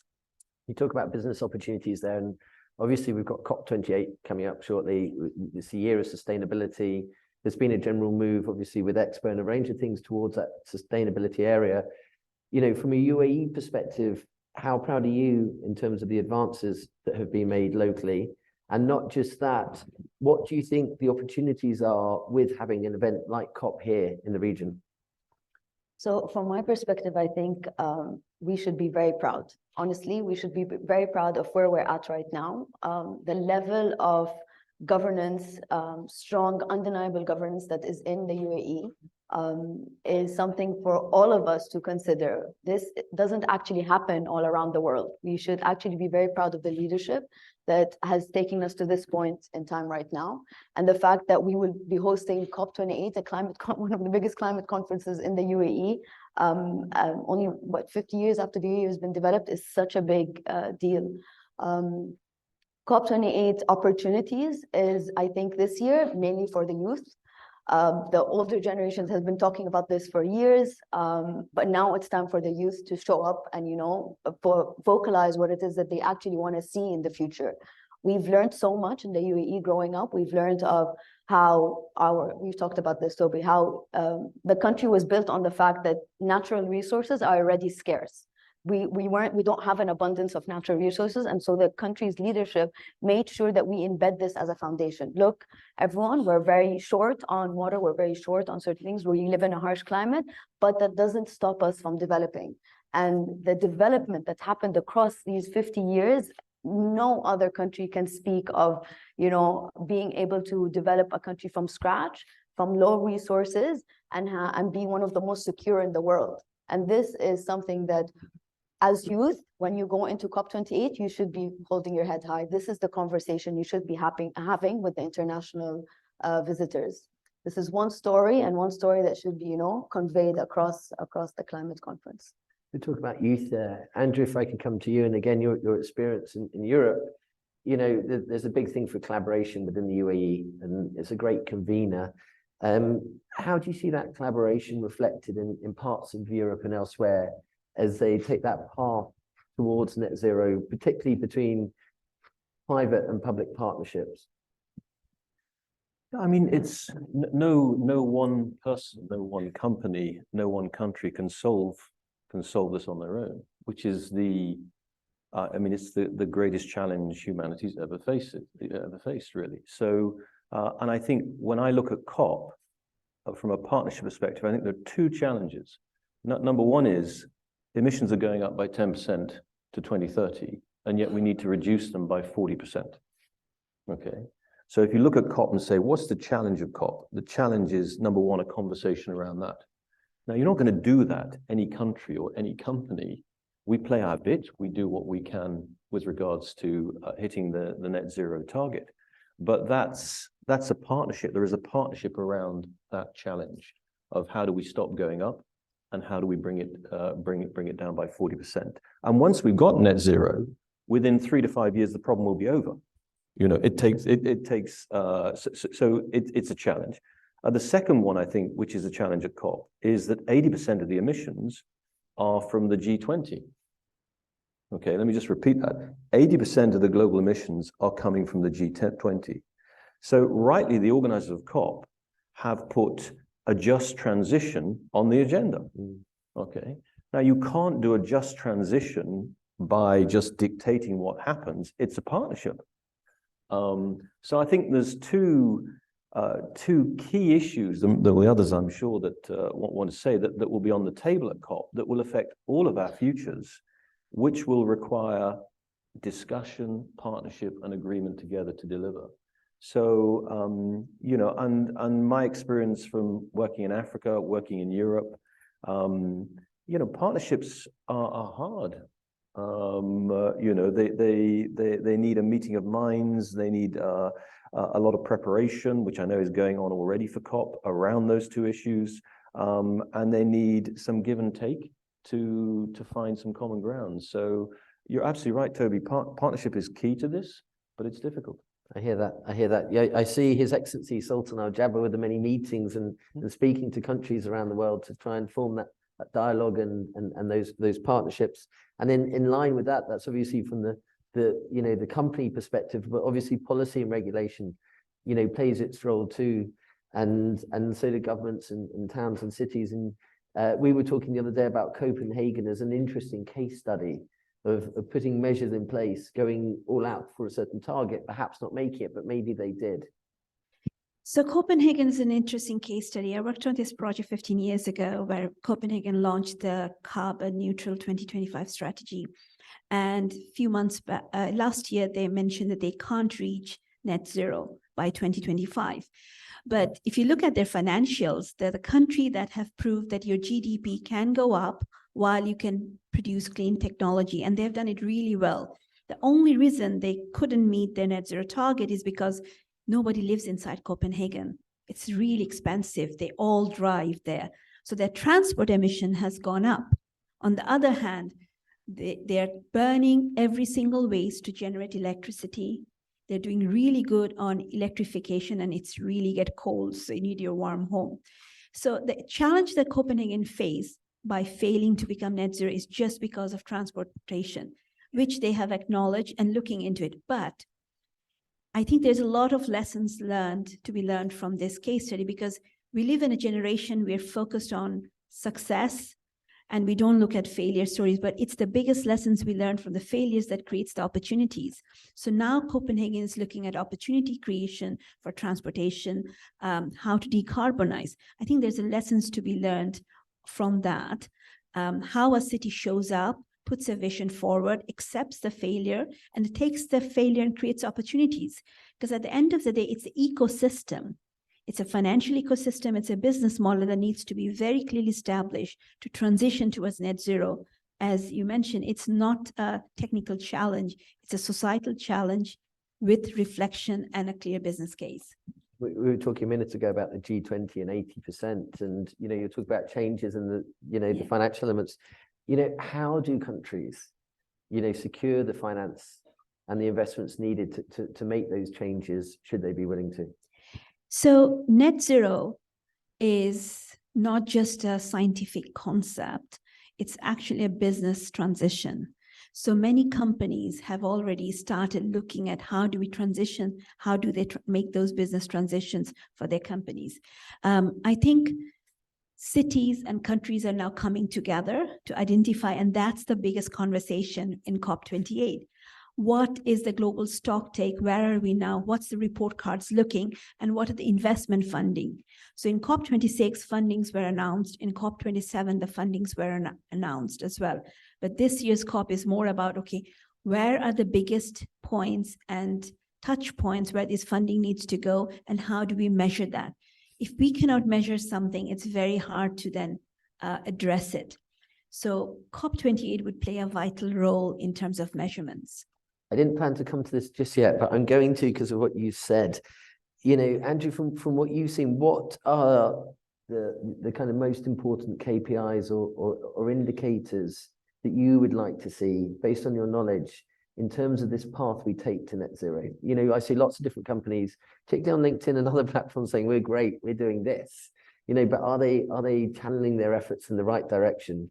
You know, from your perspective, speaking with a broad brush, when a company is heading towards X, Y, or Z, you know, what are those that indicate that they're on the right path?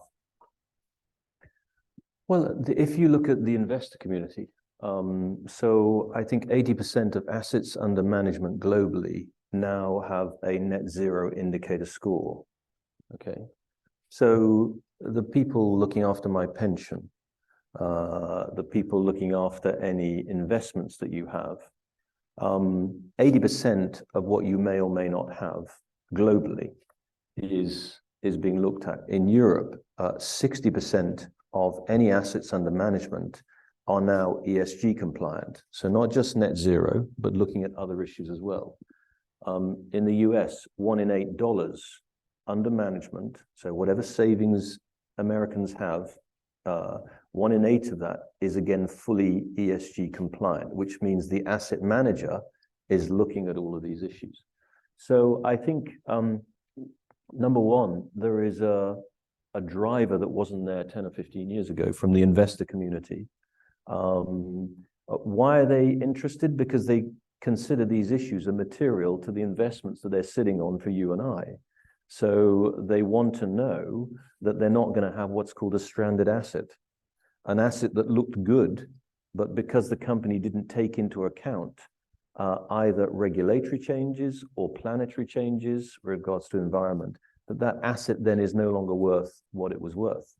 And as a fundamental change, and I'm old enough to remember this, the fundamental change in the value of companies. 40 years ago, companies were valued on the basis of their assets, mainly their physical assets, their infrastructure, their buildings, their equipment. Now, 80% of the value of most companies in UAE and everywhere else is on intangible assets. The IP, the brand is often the most tangible asset. It's intangible in terms of can you feel it or see it, but it's worth a huge amount of money. So the whole global finance system is really focused on this. And then that leads me on to the answer to your question, which is, what do you look for? I think if you're looking at companies like ours and others, you should ask, how do you know that the data that you are publicly expressing is accurate? How do you know it's credible? How do you know it's verified? Because ultimately the test for COP with this extraordinarily important stock take is how accurate are the numbers in the stock take? And what you should be asking about companies is how accurate are the numbers in your annual report and accounts? And we could talk about that for a long, long time, but that's an absolutely key question. Can I add a point to that? Science-based targets. There is a commitment globally to sign up for science-based targets. And as ACOM, we have seen that 5 years ago, we launched our ESG strategy. But instead of calling it ESG strategy, we called it sustainable legacy strategy, because we know everything we touch is going to stay there for 80 to 100 years. And part of the ESG strategy, or we call it sustainable legacy strategy, we're looking at the social governance and the clean energy transition. Now, this connects with the point that you just talked about. As a company, if we don't walk our own walk, how do you advise your clients? How do you build a trust? So we signed up for science-based targets, scope 1 and 2, 60% emission reduction by 2030. We have already achieved 40%. We are just 20% towards 2030. And a 90% reduction on scope 3 emissions. Now, doing a 90% reduction for scope 3 emission, which is supply chain, because we work with lots of materials consultant, architects, suppliers. We launched a supply chain awareness program 1.5 years ago, because what we realize is we need to invest on our supply chain to raise them up, because they don't have the investment, especially in this part of the world. And that's how, through awareness, through assisting them research and development, they would have more knowledge to reduce their scope 3, which reduces our scope 3. So connecting back to your point, it's all relative. We are all in it together. And the point about collaboration, we need to look one step more. It's co-creation. So what you just talked about, and it's COP28, it's about co-creation. It's about identifying opportunities, business opportunities, technologies, and then contextualizing them for the people and for the nation. Because a technology is only a technology till the point it's implemented and it has a social side and a social governance side. And that's why it's so important to connect these together. I'll give you an example. 10 years ago, when you would put solar PV panels or a solar plant, you do the renewable assessment, you give the client how much it's going to cost them, how much energy they're going to generate, job done. For the last few years, we started doing social impact assessment of solar PV plants. Right now, it's confidential, but we're looking at carbon emission of a solar plant, a hydrogen plant, and a wind plant. Why? Because they all have a carbon impact. But 10 years ago, you couldn't even Google these things. People wouldn't pay you to do this, and these were not important. But what we're realizing is there's no silver bullet. Every solution has a carbon impact, and it's really important to understand if you put a solar wind turbine or solar plant, what's the life cycle of that after 10, 20 years? Are they going to landfill, or you can make something out of that? And that's the circular conversation is so important. And linking back to net zero, as I say, it's a way of doing business. So we need to connect all the dots together as a country level, as a community level, as a company level, and everybody has a part to play. Because the reason why we are in a climate crisis is because for the last 10 years, it was intended that the scientists will sort it out. It's not our responsibility. So essentially, it's coming back to ownership, responsibility, collaboration, and co-creation. Because that's the only way we're all going to get out of it, because a country can't just emit CO2. And that's it. The CO2 doesn't stay on top of the country. It does fly and go to another country. So what's carbon emitted for China is coming to us because the wind flows and carbon flows. So we're going to have questions at the end, but I saw a number of people wanting to raise hands before, so I don't know if anyone has a question now based on where we're at. Does anyone have a burning question they want to ask? No, the typical. I just want to come to you a second, because obviously, Andrew's talked about drivers, policy, finance, there's been a discussion here, but awareness is critical. All these elements in terms of identifying the different components are important, but it's the awareness too. And, you're very well connected to the local community, particularly.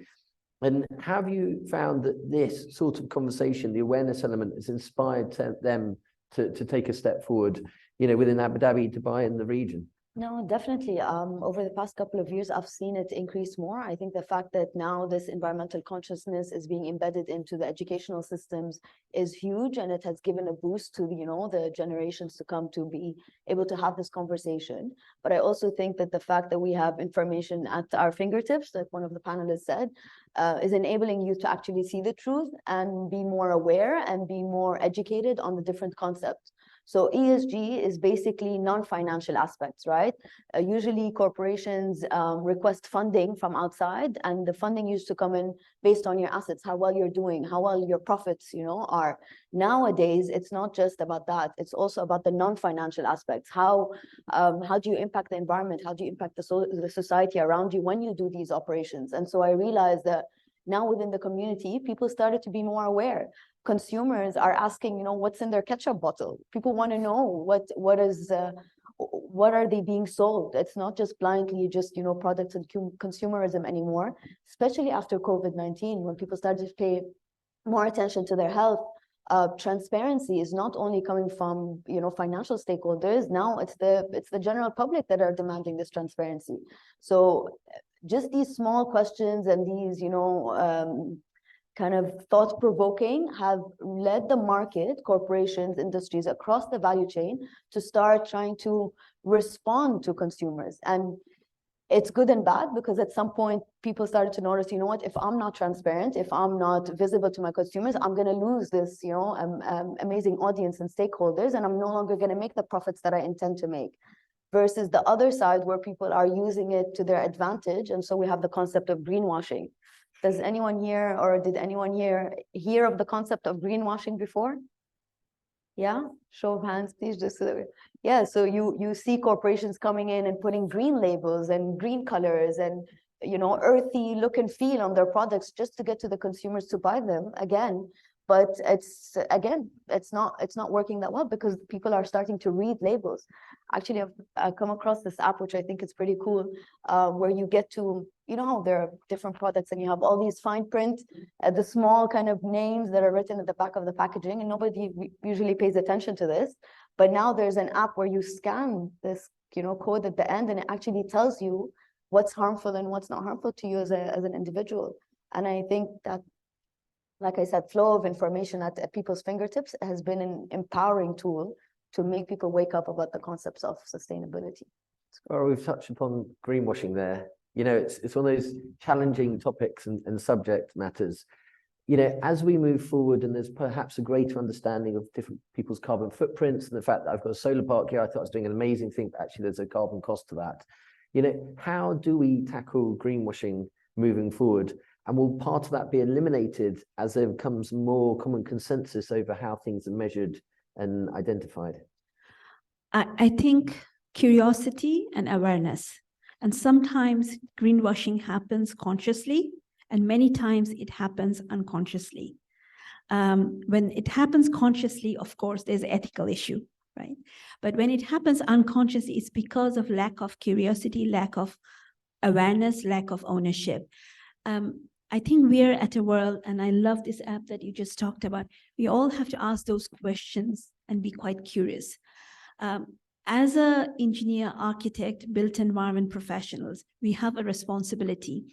And it's very important to raise the questions and make those awareness and have those conversations, uncomfortable conversations with the clients and the owners as well. And sometimes the clients, because I worked in the built environment, right? It's responsible for 40% greenhouse gas emission. And oftentimes we have clients that come up with certain ideas which might be seen as not right, or there is an implication to it. So having those open conversations is absolutely important. And I will give you an example.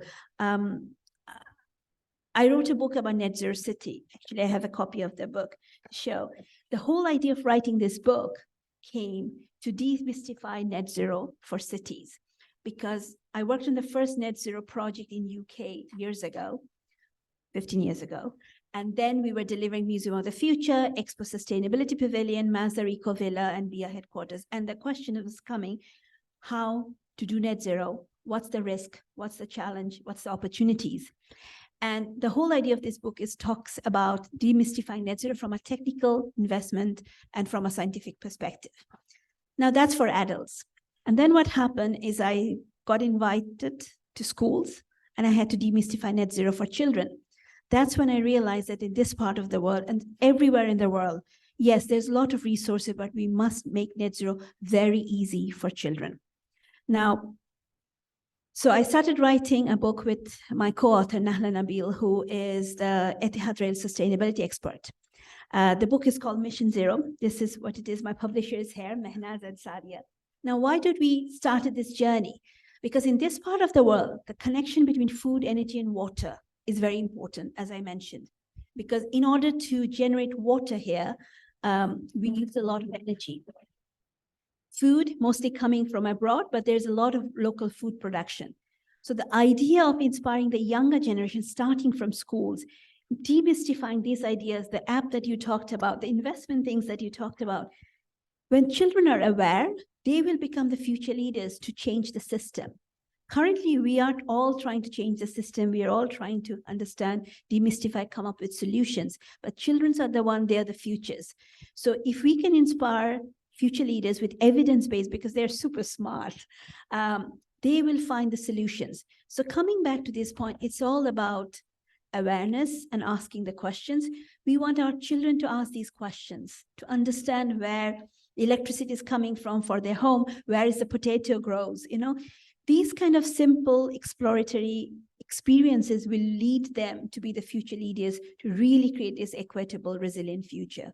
I strongly believe that. And apart or aside from reading your excellent book, which I was given a copy, so thank you for that. But apart from reading your excellent book, where can people go to learn more? Because you know, there's so much information out there. I talked earlier, started this conversation with saying there's been 27,000 references roughly, you know, in the last 24 hours. So where do I start? Who can I trust, and where do I go? Well, there's a lot of way to do research, and I think every one of us is a different way. But what I would say is whatever we research and find, we must question the source. Because sometimes if you write in chat GPT a question, it gives you a lot of information. So I think we must, coming back to the point, we must consciously ask, is this reference valid? We need to be a bit more curious. We can't just Google search, take the top 5 search history and create a paper. Well, ChatGPT creates a paper for you in 5 minutes nowadays. But what I'm saying is that we must question consciously and really think, because we live in a world where sometimes thinking is done for us. We don't have to invest that time. So I think conscious process of questioning is very important, especially in this world. It's time. Andrew, as you progress in this industry, you've got a huge amount of experience. You're an industry leader.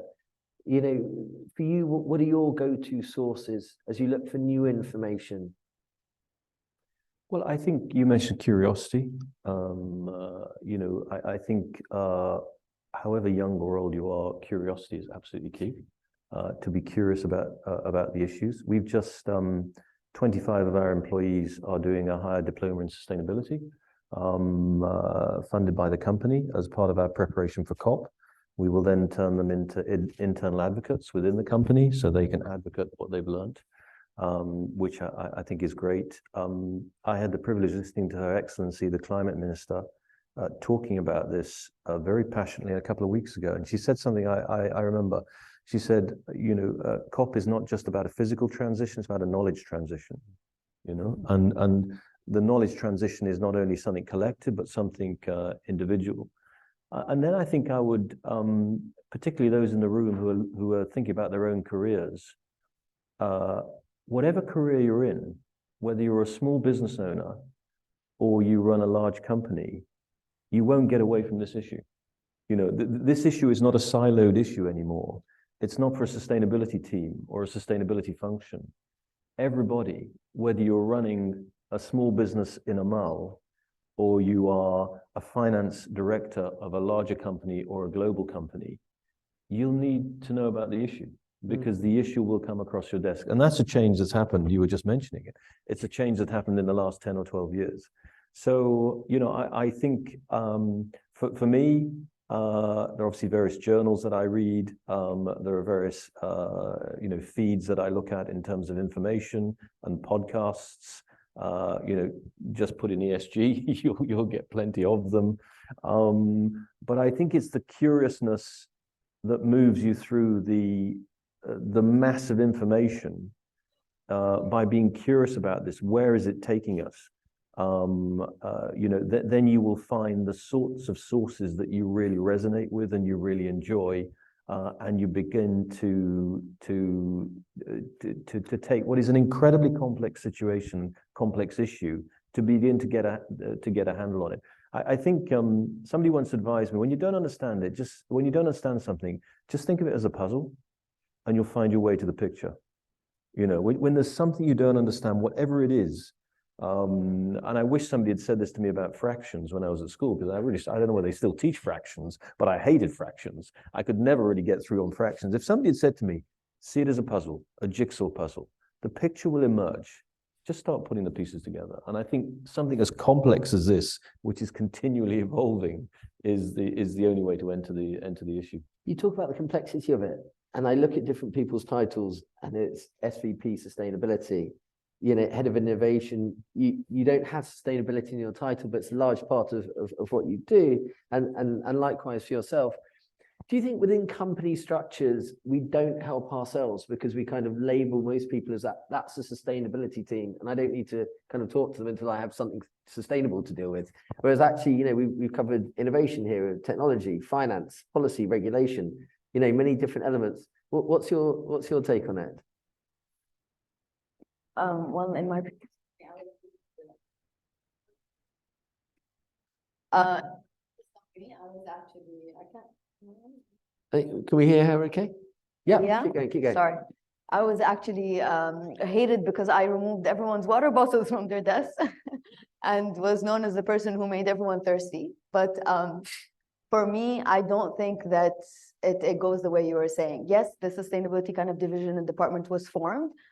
There was a lot of, oh, they're going to take care of the sustainability side. They're going to lead on everything. We don't really have a role to play. But the more we've engaged in awareness sessions, the more we said that, look, we are only the end part of it. We are the ones who are going to say the story to the outside world collectively. But you're the ones, you're the head, the hands, and, you know, the heart behind it all. You're the ones who are going to be, you know, the engine that will actually make us have a story at the end to showcase. So there was a lot of one-on-one sessions that we had to do with different entities, whether it's technology, whether it was HR, that we actually had to have this conversation, letting them know that whatever they're doing for the sustainability of the company to continue to go on in the next 50 years or so.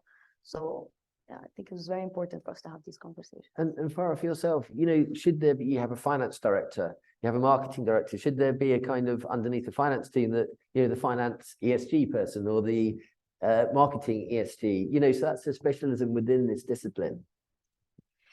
So the reason why I don't have sustainability on my title is that's the very reason. I think when we, for too long, in the industry, we have this group of people. These are the sustainability, these are the tree huggers, the bottle movers and all that.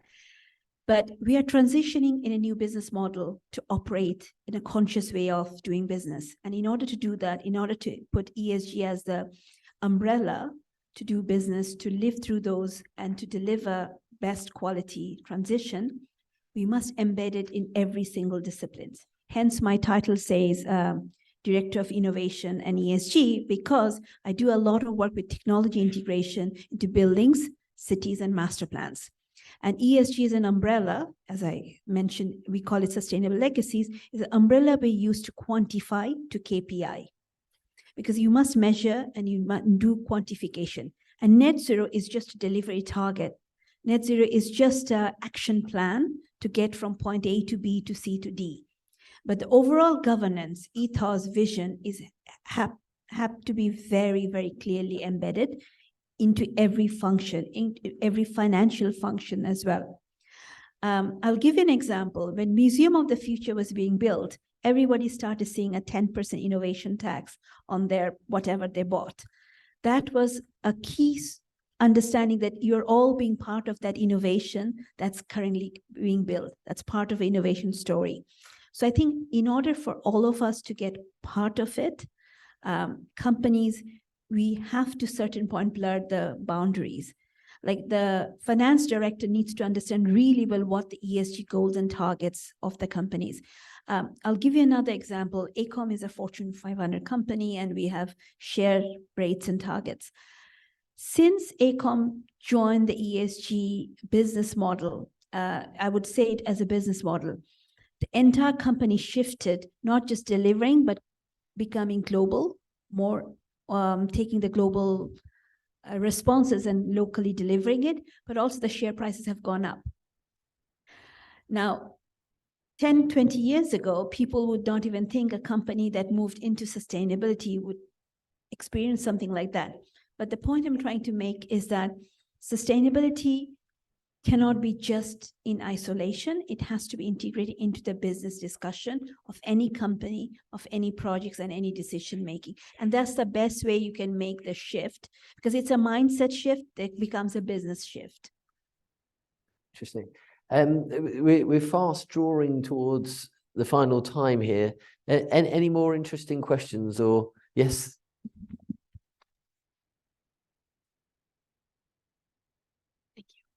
Hi, it's just mainly a comment as well, because you work in education, Farah. But I was thinking, we talked about the business plan, and you talked about the, the sustainability and innovation that you work with. But as well, we forget the role of the artists and the writers as well. For me, as a regular person who does not work in sustainability, I need to imagine what my life will be like. So not only the children, but for a person like myself. So how do you do any connections with filmmakers, writers, artists who can draw, who can give me a picture of what this will be like, and therefore I'll want to live in that world? But for us, sustainability is a bit of a scary subject. We think it's big, like you said yourself. Was it? No, sorry. I think it was Farah as well. You said that it was, the children couldn't imagine it until you had your book, and that's why you wrote your book. So how do we go about making the collaboration with all the artists, writers, and filmmakers? And are you willing to put the money? I mean, humanities are one of the first things that go when the financial situation becomes really horrible or the economy decreases. So what are we doing in terms of education as well? Thank you. Should I respond? Let's start it now then. Let's co-create, because we just talked about co-creation and collaboration, and you're absolutely right. That's where the breathing needs to come, the artists and architects. What I've given you is a very technical perspective, because I work in a very technical field. But yes, you're absolutely right. And that's what we need to start. And if you're interested, let's do something. Let's talk afterwards.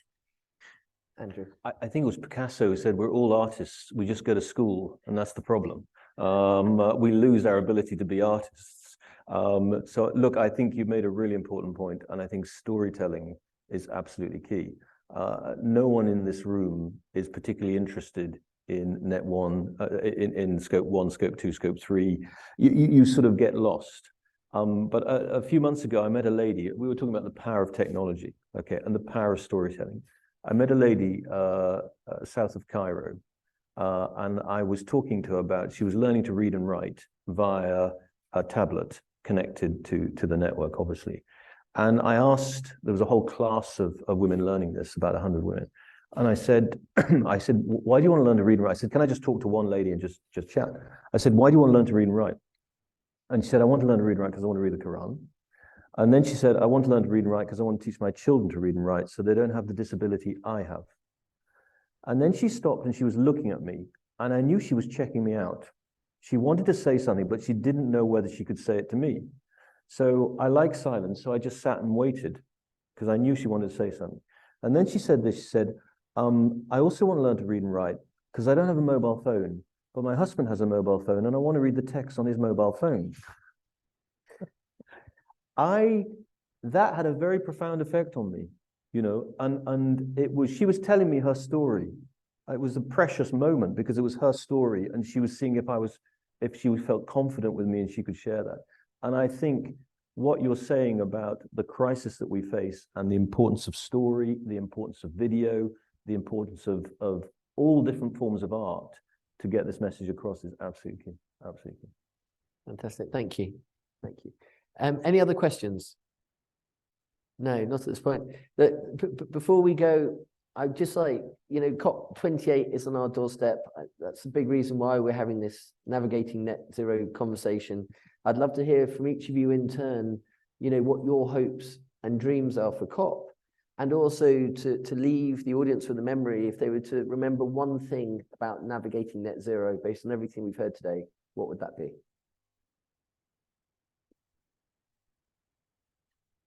For me, I think for COP28, it should be that it was one of the most active COPs ever. It wasn't just a one-way conversation. I want people to go out and say, we have learned so much by doing so much. It was engaging. We got our hands dirty, and that's the most thing that I want to hear people say about COP28. I also want them to go out with the story of the UAE.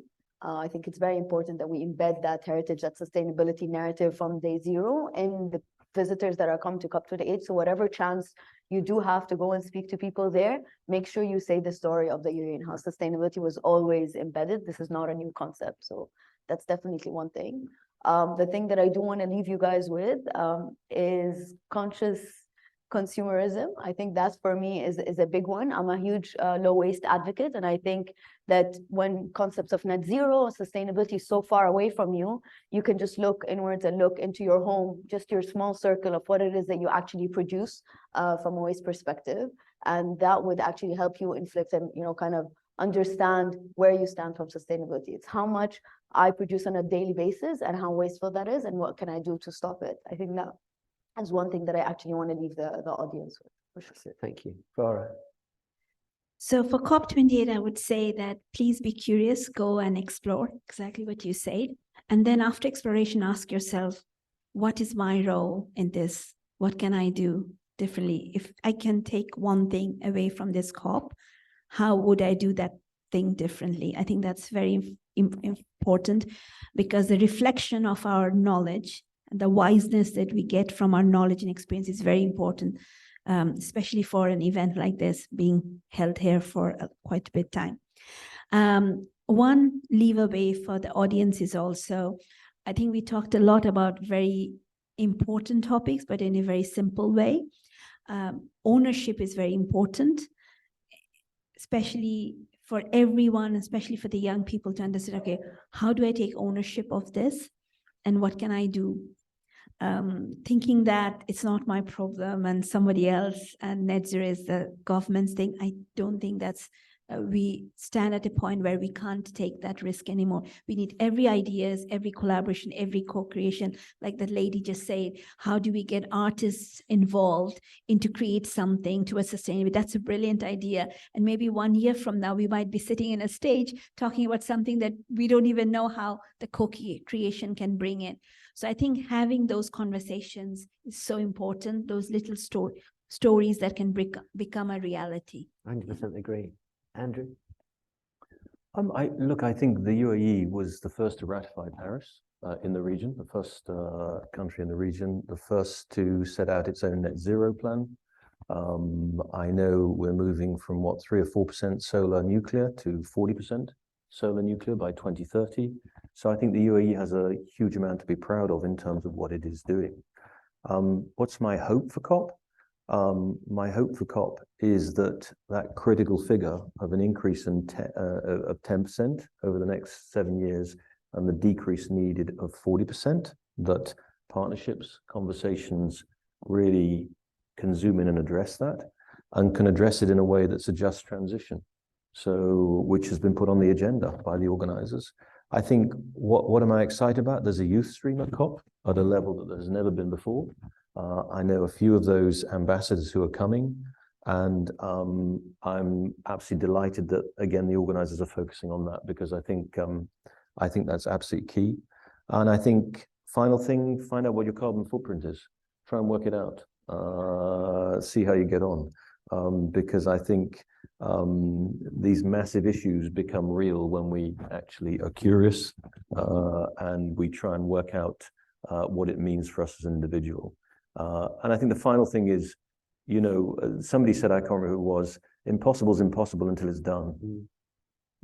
Impossible is impossible until it's done. And this is an impossible crisis for humanity in a way, but we have to find a way through. And once we get through it, it will be done as all impossible things are. It will be solved. 100% agree. I think we've heard that there are certainly challenges ahead, but there's certainly a lot to be hopeful for. So, Your Excellencies, ladies and gentlemen, distinguished guests, I'd like to thank our panelists here for their time today.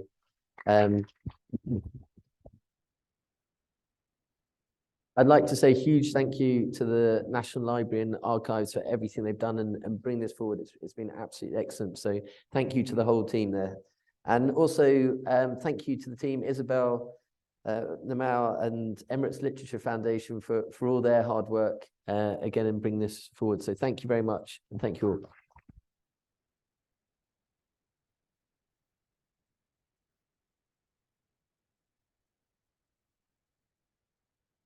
Thank you once again to our speakers. And we will be taking a short break. Please be back in the auditorium at 10 minutes, 12:40 for the last session, which will also be followed by a tour of the library. Thank you so much.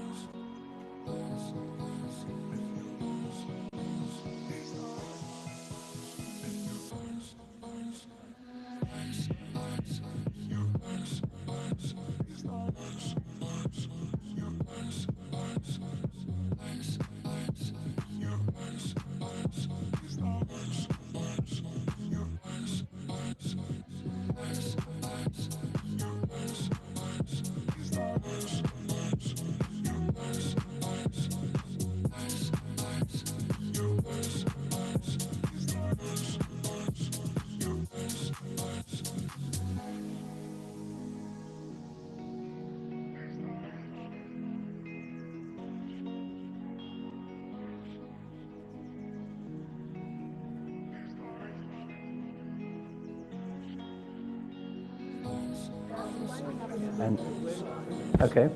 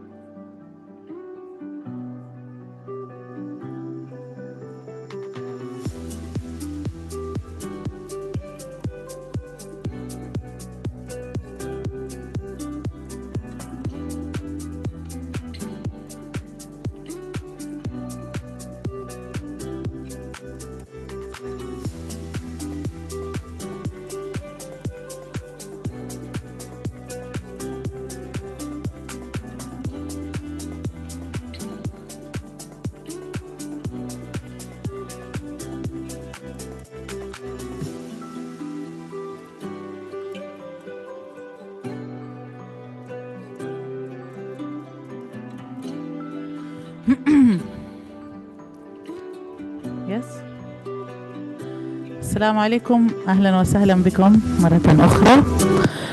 Welcome back, everyone. Thank you for joining us again for the last session of today's program.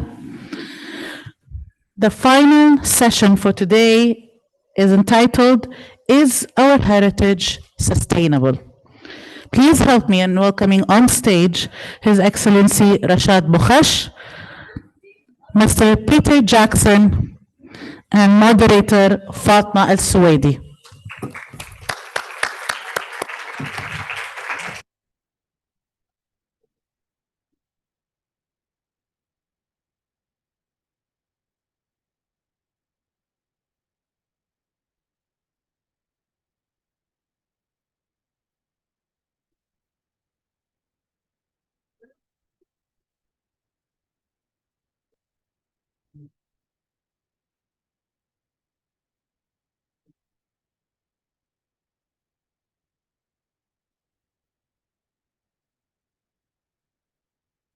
Is it working? Okay. Oh, okay. Good afternoon, everyone. Welcome back from the very short break. I hope you had a lovely one. So today we're going to delve back into the history of the United Arab Emirates, and hopefully we end this day with a fruitful conversation with two great individuals. And we ask, in this conversation, we ask the question of how sustainable was our heritage, our architecture, vernacular heritage in specific, and what can we learn from this in building a sustainable future. So I'll start with introducing first His Excellency Rashad Bukhash. He is the former director of the Architecture Heritage Department at Dubai Municipality. He has supervised the conservation of more than 145 historic buildings across the Emirate of Dubai and abroad. Bukhash also supervised the design and construction of more than 200 modern buildings, universities, colleges, public parks, buildings, and community facilities. Peter Jackson is an architect and writer. He has written numerous articles on architecture history. His research for Wind Tower, co-authored with the social geographer Anne Cole, began in 1974 with a detailed measured survey of a traditional house in Dubai. For the past 16 years, he has been an architect advisor at the Ruler's Office in Sharjah, where he has been involved in the planning and designing of multiple award-winning museums and visitor centers since 2007. So we'll start with you, Peter. Can you tell us a little bit about your story and the history on how you began your research on the traditional vernacular architecture of Dubai and your journey throughout the process, and also the story of how you and Rashad met. Thank you, Fatima. I think it started with what we heard in the last session, with curiosity. I was a student. Well, I was not a qualified architect. I was working with John Harris at the time when the Trade Center building was in the office.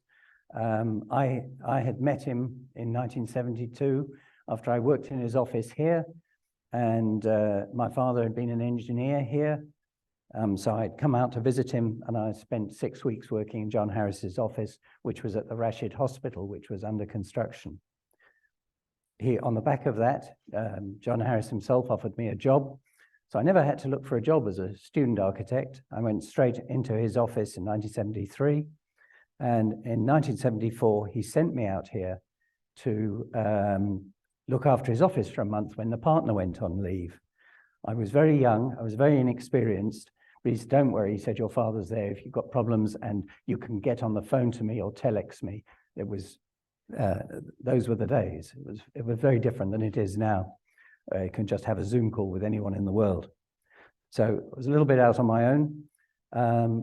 And Anne Coles, who I'd met when I was in Dubai, maybe we've put on the pictures here. There we are. Anne Coles had been here in the late 60s until about 1970 with her husband, who was a diplomat. She was a geographer, and she had become very interested in the women's lives in the Bastakia in Dubai, and in health control, malaria, and so on. And she was fascinated as a geographer by wind towers, not as an architect. And she was doing tests, taking readings with thermometers, and trying to understand wind direction and how the wind towers worked. And she asked me when I came for that month in 1974 if I would do a survey of a wind tower, some drawings of a wind tower for Dubai Museum, which had just been established in Al Fahidi Fort. And she gave me a letter of introduction to a family who lived at the Bastakia. I took this letter to the shop in the souk that she told me to take it to. And they said, they were very interested, and they said, we're trying to help you. Come back tomorrow, and we'll have someone here to help you. And a young boy was there when after work the next day, came to the Dubai souk. There was a young teenage boy there to take me across to look at a house with wind towers. I had been longing to get into a wind tower house since I'd first come in 72, so it took me quite a while. But with this letter of introduction, and it was a stunningly beautiful house, really beautiful. And I'd never seen it, I'd never experienced a house of this type. And I asked this boy who was sort of accompanied me, and he held the end of my tape when I was measuring, and I asked him if I could measure the whole house. I didn't know there were 3 wind towers. Which one do you start with? So I surveyed the house by hand, and with the end of my tape measure, each evening after work for 3 weeks, and this young boy, Rashad, was really helpful, and he got me access to the various rooms, and if I needed to go into an auntie's bedroom, you know, made sure that they were not there, and I could go and spend an hour and measure that room and so on. So he guided me around the house, and you know, I got to spend an hour and a half, 2 hours every evening, and I learned so much just, you know, touching the stairs and understanding how they were built, which you don't get from just doing a digital survey. It was a real hands-on, getting dirty survey. I had so much, and I even met the builder. He must have been close to 80, in his late 70s, and he told, with translators, he told me, you know, how he built the house in 1926, and you know, the materials he used, and where, and who did what, how the house was put together. I mean, it was a very interesting bit of historical survey, particularly to meet the builder of a historic building. You know, that's most unusual. That's because our modern history is still that young. Anyway, it took me a year in my spare time to do all the drawings, and then with Anne, we wrote a short monograph, which was published just on this one house. We never published the name of the house because for the privacy of the family. But what was rather special about it, about the process, is that these survey drawings, the house was demolished in the 1980s, tragically, because it really was one of the most beautiful houses in the Basta here. But now it was the one house now that had a very, very thorough survey. In '76, I left John Harris and I went to Zambia in Africa. I went for 2 years before I planned then to come back and work in Dubai. But something happened in Africa, I don't really know what, it just gets under your skin. It's a very special place.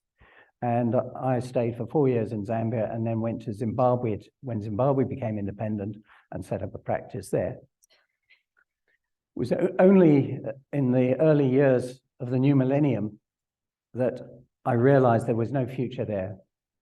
President Mugabe and the ZANU-PF had really driven the economy into the ground, and I was really worried, not only for just physical safety, but really for the economic future and looking after my family. By then, you know, I had 2 sons, growing sons who needed to go to university. I couldn't get the money for them to go to university.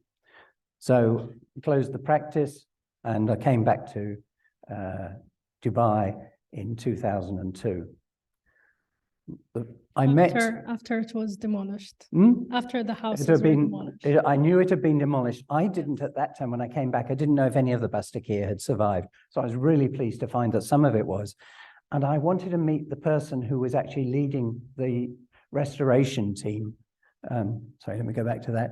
And I went to the American University of Sharjah. There was a seminar one evening on the future of UAE architecture.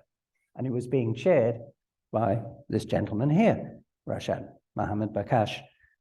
And I brought my drawings along, A3 copies of my drawings, and and asked for an introduction from the dean. And we met, and Rashad looked at me and he said, "Peter Jackson, my first teacher." And I was a bit dazed. What does he mean? And he said, "You don't recognize me." I said, "No, I'm sorry." And he said, "No, I don't recognize you, but I've been looking for you for the last 30 years. I'm the boy who held the end of your tape measure when you measured my father's house." Now, if that is not fate, serendipity, and that is where the record started, and which eventually became the book Wind Tower with Anne Coles. And immediately after that evening, I went home, I wrote a very long email to Anne and said, "Look what's happened." And a few months later, the next summer, I went to see her in Bewley.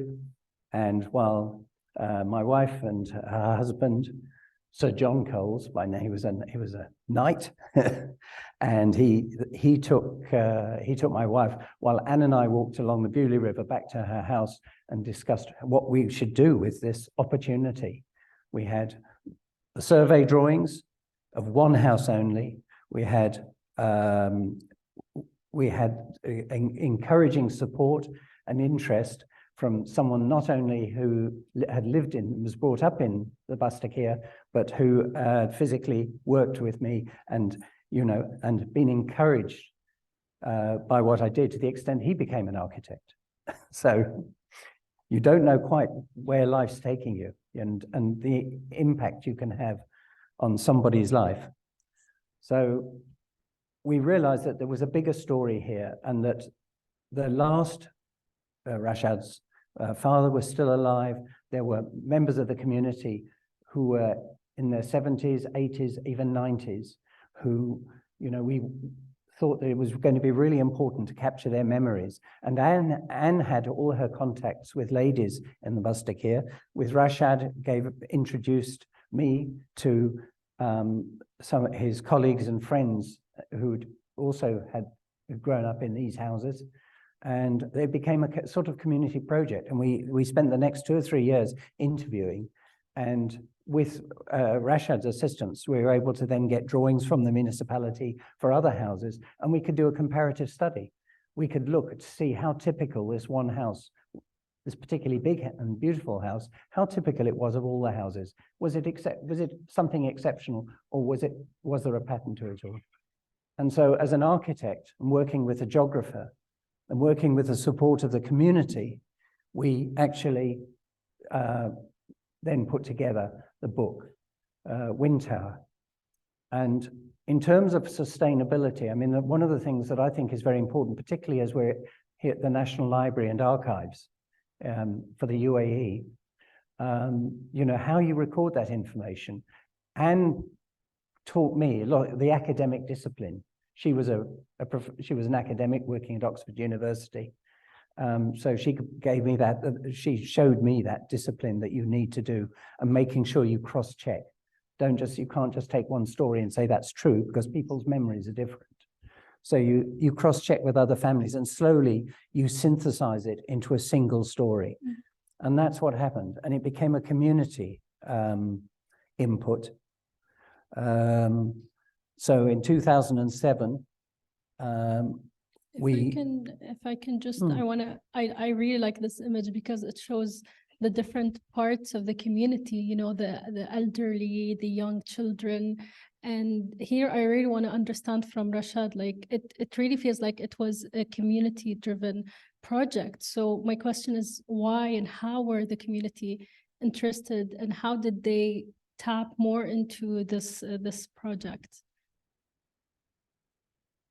Thank you, Fatima.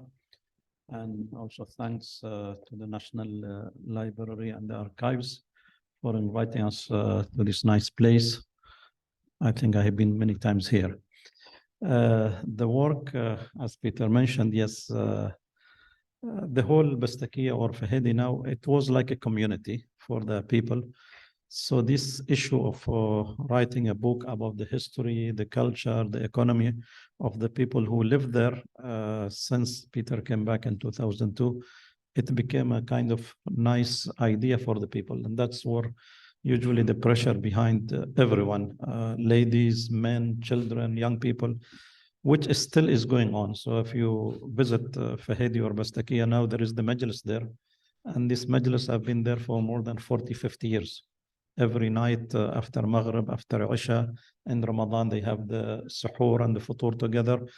So it was a very kind of nice, important thing to establish this. And at least, as we know, in the Emirates, there are very little books on the social, economical life of the people. So this, I think, was one of the first books which published 2008 in Arabic. Then we translated it into English, published this year. And now we are working on the Chinese, inshallah. Oh, wow, that's translation. That's really amazing. I think here, for me, it's more about how to ensure the social sustainability and the sustainability of memory and remembering and understanding our history and heritage. But I think with the Wind Tower, we're talking here about the environmental sustainability. And maybe, Peter, you can tell us a little bit more on how the vernacular architecture worked and the Wind Tower in specific. I'm curious to know how, like, technically it is related to sustainability, and how are they, or were they, or are they still responsive to the local climate? Well, initially, as an architect, I mean, the Bastakia, when I saw the Bastakia in 1972, it was like an island fortress. It was a roundabout near the ruler's majlis. And that proximity wasn't accidental. It was, this was a merchant quarter of Dubai, and it was defined by these beautiful wind towers. For me, it was a romantic visual piece of architecture. So the great thing when we came back was putting the book together is, well, you couldn't just show them as a pretty picture of wind towers. You know, did they work? That was the question. And we were very lucky that Ian Jones here, who's still alive, but sadly is I think, suffering from dementia now very seriously, which is very tragic because he was a good friend for the period of this work. He worked for an Australian company called Vipac, who were working on the Burj Khalifa, on the cladding. And so I asked him, what would it cost us to employ your firm to do all the measurements and actually look at how the wind towers work? And it really interested him. And he never got round to answering the question. He just did the work with us because he was really interested. And his firm, Vipac, we must be forever grateful. They've done a huge volume of research, only a little bit of which has been published in our book. But we did several things. We did live measurements in 3 different houses, measuring temperature, particularly under different places around the rooms, including inside the walls, in each of the different vents of the wind towers. Rashad and his department gave us access over a 12-month period to 3 different houses. So we could actually test different ones. And here you can see Ian at work with these little sensors, which he would download once a week. It then took my original drawings from 1974 and built a 1:50 scale Perspex model in Melbourne in their laboratories and put it into a wind tunnel, which I then flew down to see them and make sure that I got the information out of it that we wanted. And that was really important, in fact, that I was there, because I was beginning to realize that wind towers work particularly well if the wind hits 2 sides of them, not flat onto one side, but it hits the corner of the wind tower and goes down 2 vents and comes out of 2 vents opposite. So they built this model. They put smoke through it and in the wind tunnel. And then after I left, they filled it with sensors and continued to do research on it. And then from the research, from all of that information, plus all the available data on Dubai climate from the Met station at the airport, who were really helpful. They gave us all the data back for quite a few years. We were then able to build CFD, computer fluid dynamic models, which were done, I think, in Singapore in Vipac's laboratories there. So it was really quite an international project. It must have cost them a lot of money. And at the end of the day, then converted it into comfort, to measure it against established comfort codes. And what was interesting about it was that it demonstrated the blue, dark blue figures are temperatures taken under the wind tower. And we had all these different, if we put all the sensors on it, we'd had colors all over the place. So we just took a typical reading somewhere else in the room. They were very consistent. And what it showed was that when the wind blew from the desert, from the southwest, you got these very, very uncomfortable, very high readings well outside of the comfort zone. The comfort zone is between 0 and 30, preferably 0 and 20, and you see most of the readings fall within it. So these are, summer. This is in summer. I think this is July, a July reading. So what this particular chart demonstrated to us, that when the wind was coming from the northwest, sorry, I said southwest, I meant southeast from the desert. When the opposite wind is coming off the sea from the northwest or the northwest, it was comfortable all of that time. So wind towers worked. We could demonstrate that people were comfortable under them. And we then also looked at the orientation of the wind tower and discovered that nearly all of the wind towers in the Bastakir were all orientated to maximize this northwest wind. So it was a very satisfying bit of research. I'm sorry that it has never been properly published as a science paper, but it does mean that this information is now available. In its summary is available within our book. I think it's very understanding the scientific part behind the wind tower. Really, I mean, this picture shows how this is applied in contemporary architecture. And I think it's very important to understand, because looking at the picture before that, they were not architects who built these. So there's a lot of lessons learned other than even the technical aspects, like understanding how we can look into the local climate, the local materials, how we can learn from these lessons and apply them in contemporary architecture. So my next question actually is part of the picture on Masdar. How can we apply this in contemporary? This is one example, but maybe you can tell us a bit more about it, and how can we, I think, expand on this for future planning and construction. Add one thing to the wind tower. Yes.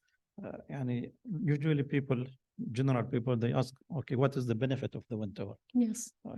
Peter, he showed us a lot of technical things, but in summary, we can mention that these wind towers, the main idea is to collect the wind from any direction and then put it into this tunnel. So the speed goes up.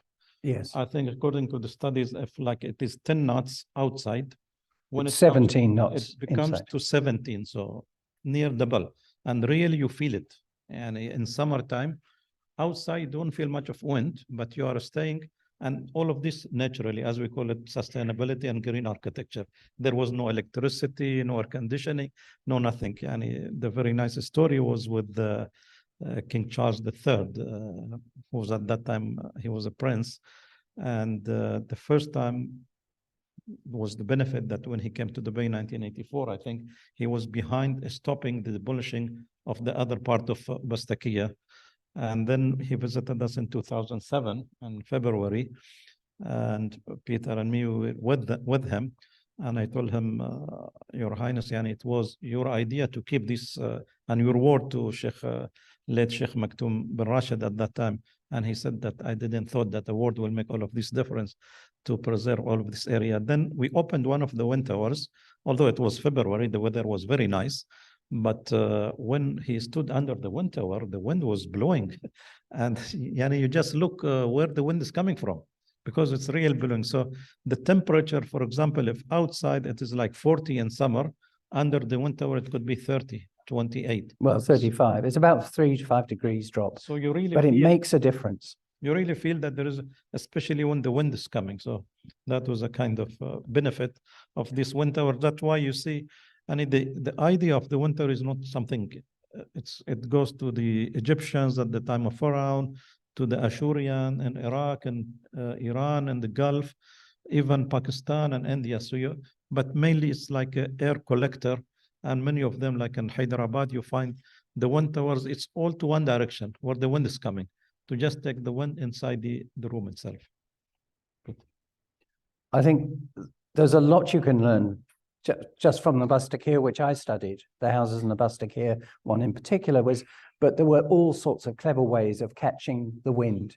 Even in the walls were split so that the breeze could pass through the middle of the wall with a horizontal slot, that in winter you didn't want the breeze, it was cold, you needed insulation, so that you shut the slot. You had a wooden sliding little door to cut the wind off through the wind. There was something else that really fascinated Anne, was the idea of migration. Now in summer, before the days of air conditioning, people would migrate from, for instance, from Abu Dhabi to Al Ain, from Dubai to Hatta, from Dubai to Ras Al Khaimah. They would move to where there was a breeze and where it was more comfortable to live. And they would do that for the hottest summer months. But they also migrated within the house. The double-story houses, of which there were quite a few, were thick-walled on the ground floor and very thin-walled on the first floor. It was a very lightweight construction upstairs, so it didn't hold the heat. The downstairs was used in winter, it was well insulated, and it didn't let in drafts. There were fewer openings, and of course it was very, very private on the outside. I mean, there were all these other then cultural issues that were overlaid with climatic and environmental comfort. It was fascinating as to build up the stories and these layers of complexity and understanding of how the house was used. But, a house where the family all move upstairs in summer and then move all their stuff again downstairs at the end of summer was really interesting. And that's what Anne had been looking at, particularly in the late 60s, and then continue to through the stories of the older people, because of course, you know, in the 80s, the families left. They moved to air-conditioned villas and flats. The community was dispersed. And I think one of the really interesting things too, then you see about the book, is that it brought, in a way, it's now the memory of a community. It's no longer Anne's and my book. It's gone way beyond that. The translation was completely sponsored by the local community. They're running the book now. They tell us when they want stuff added or something's wrong or what have you. And that's a huge privilege to have got that. But then going back to this idea of, you know, how we can adapt. We take those lessons of the split walls, of the lightweight construction, of the winter construction. How then do you translate that into contemporary architecture? Because there's a real problem. Our lifestyle has changed since the 1950s, you know, which was when, and the 60s, before there was power and running water. How do we then adapt these wind towers? Because they're actually very dirty. You know, they bring in all the dust. They've not got any filters on them. So, you know, we didn't have computers in the 1950s. We have computers now. We don't want our computers full of dust. They don't stop working. You know, and we have a much more material life than it was a very easy life. So a very simple life, non-materialistic. You know, until the onset of oil income and so on. So how do we then adopt this changed lifestyle? We can't use wind towers in the same way. There are too many disadvantages. But we can use them externally, and we can use them to extend the comfort in summer in the in-between spaces, on the edge of the street, on you know, on verandas. We can cool the external spaces which are already, you know, that you're not trying to keep dust out. This tower of Masdar, which is 45 meters high, I think, if I remember the figure, and that designed by Norman Foster, you know, as part of this, you know, the of a sustainable city, and it works. I haven't seen it, but it has been used as a model. Clearly, you can't build them everywhere, and it's not a cheap thing to build. And it's part of the experimental work that is going on at Masdar. But we can learn the lessons of shade, you know, shaded streets. You know, here we design our streets the width of Sheikh Zayed Road in Dubai. You know, it's designed for traffic. It's not designed for people. So there's no shade. You don't get the channeling of breezes, which the the plan of the Bastakir also allowed those sea-coming breezes to flow through the town. You know, people could walk around in the shade. You didn't walk around in sun as you do now in our wide streets, which are, as I say, are designed for other things than people. These lessons were applied in Expo. Hopkins Architects, who I've been privileged to work with in Sharjah on a couple of my projects, and they were really interested in the Bastakir. When he first arrived, Sir Michael Hopkins, now the late Sir Michael Hopkins, he died earlier this year, but he and Patty, who ran the practice, went around the Bastakir with me, and the expo was designed on a lot of the lessons that you can learn about which way the breezes flow, creating lots of shade, creating buildings that allow the wind to permeate, but keep out some of the direct sun. So the thematic districts, which are the core of it, which were the core of Expo, were all designed around principles that they learned from understanding the Bastakir. So there are many ways in which we can look at all sorts of traditional architectures and learn what do we learn from them? How can we apply that to contemporary urbanism and architecture? Yes, I think there is a lot of lessons to be learned from that. And the main important part is documentation and research and reference. And that's what your book did. Like without the book of the Wind Tower and the research that is done on this, we can't really move and develop future planning or policies or other disciplines. And here I want to talk about a little bit about the book. Now it's been 15 years since the first edition was out. And I remember in February 2022, I attended the inauguration of the second edition and the Arabic edition, which recently came out. So what led you to do another edition 15 years later and in both Arabic and English? And what are the changes in these new editions? Well, first of all, we're 15 years on, and quite a lot has happened in Dubai in 15 years. As much has happened in the last 15 years has happened in the previous 35 years. Since my first visit, it's been a very dynamic 15 years.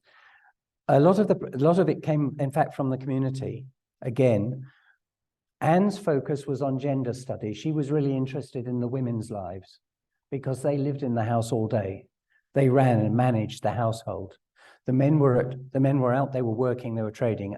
I found it very difficult to get her interested in the men's lives in my writing. But then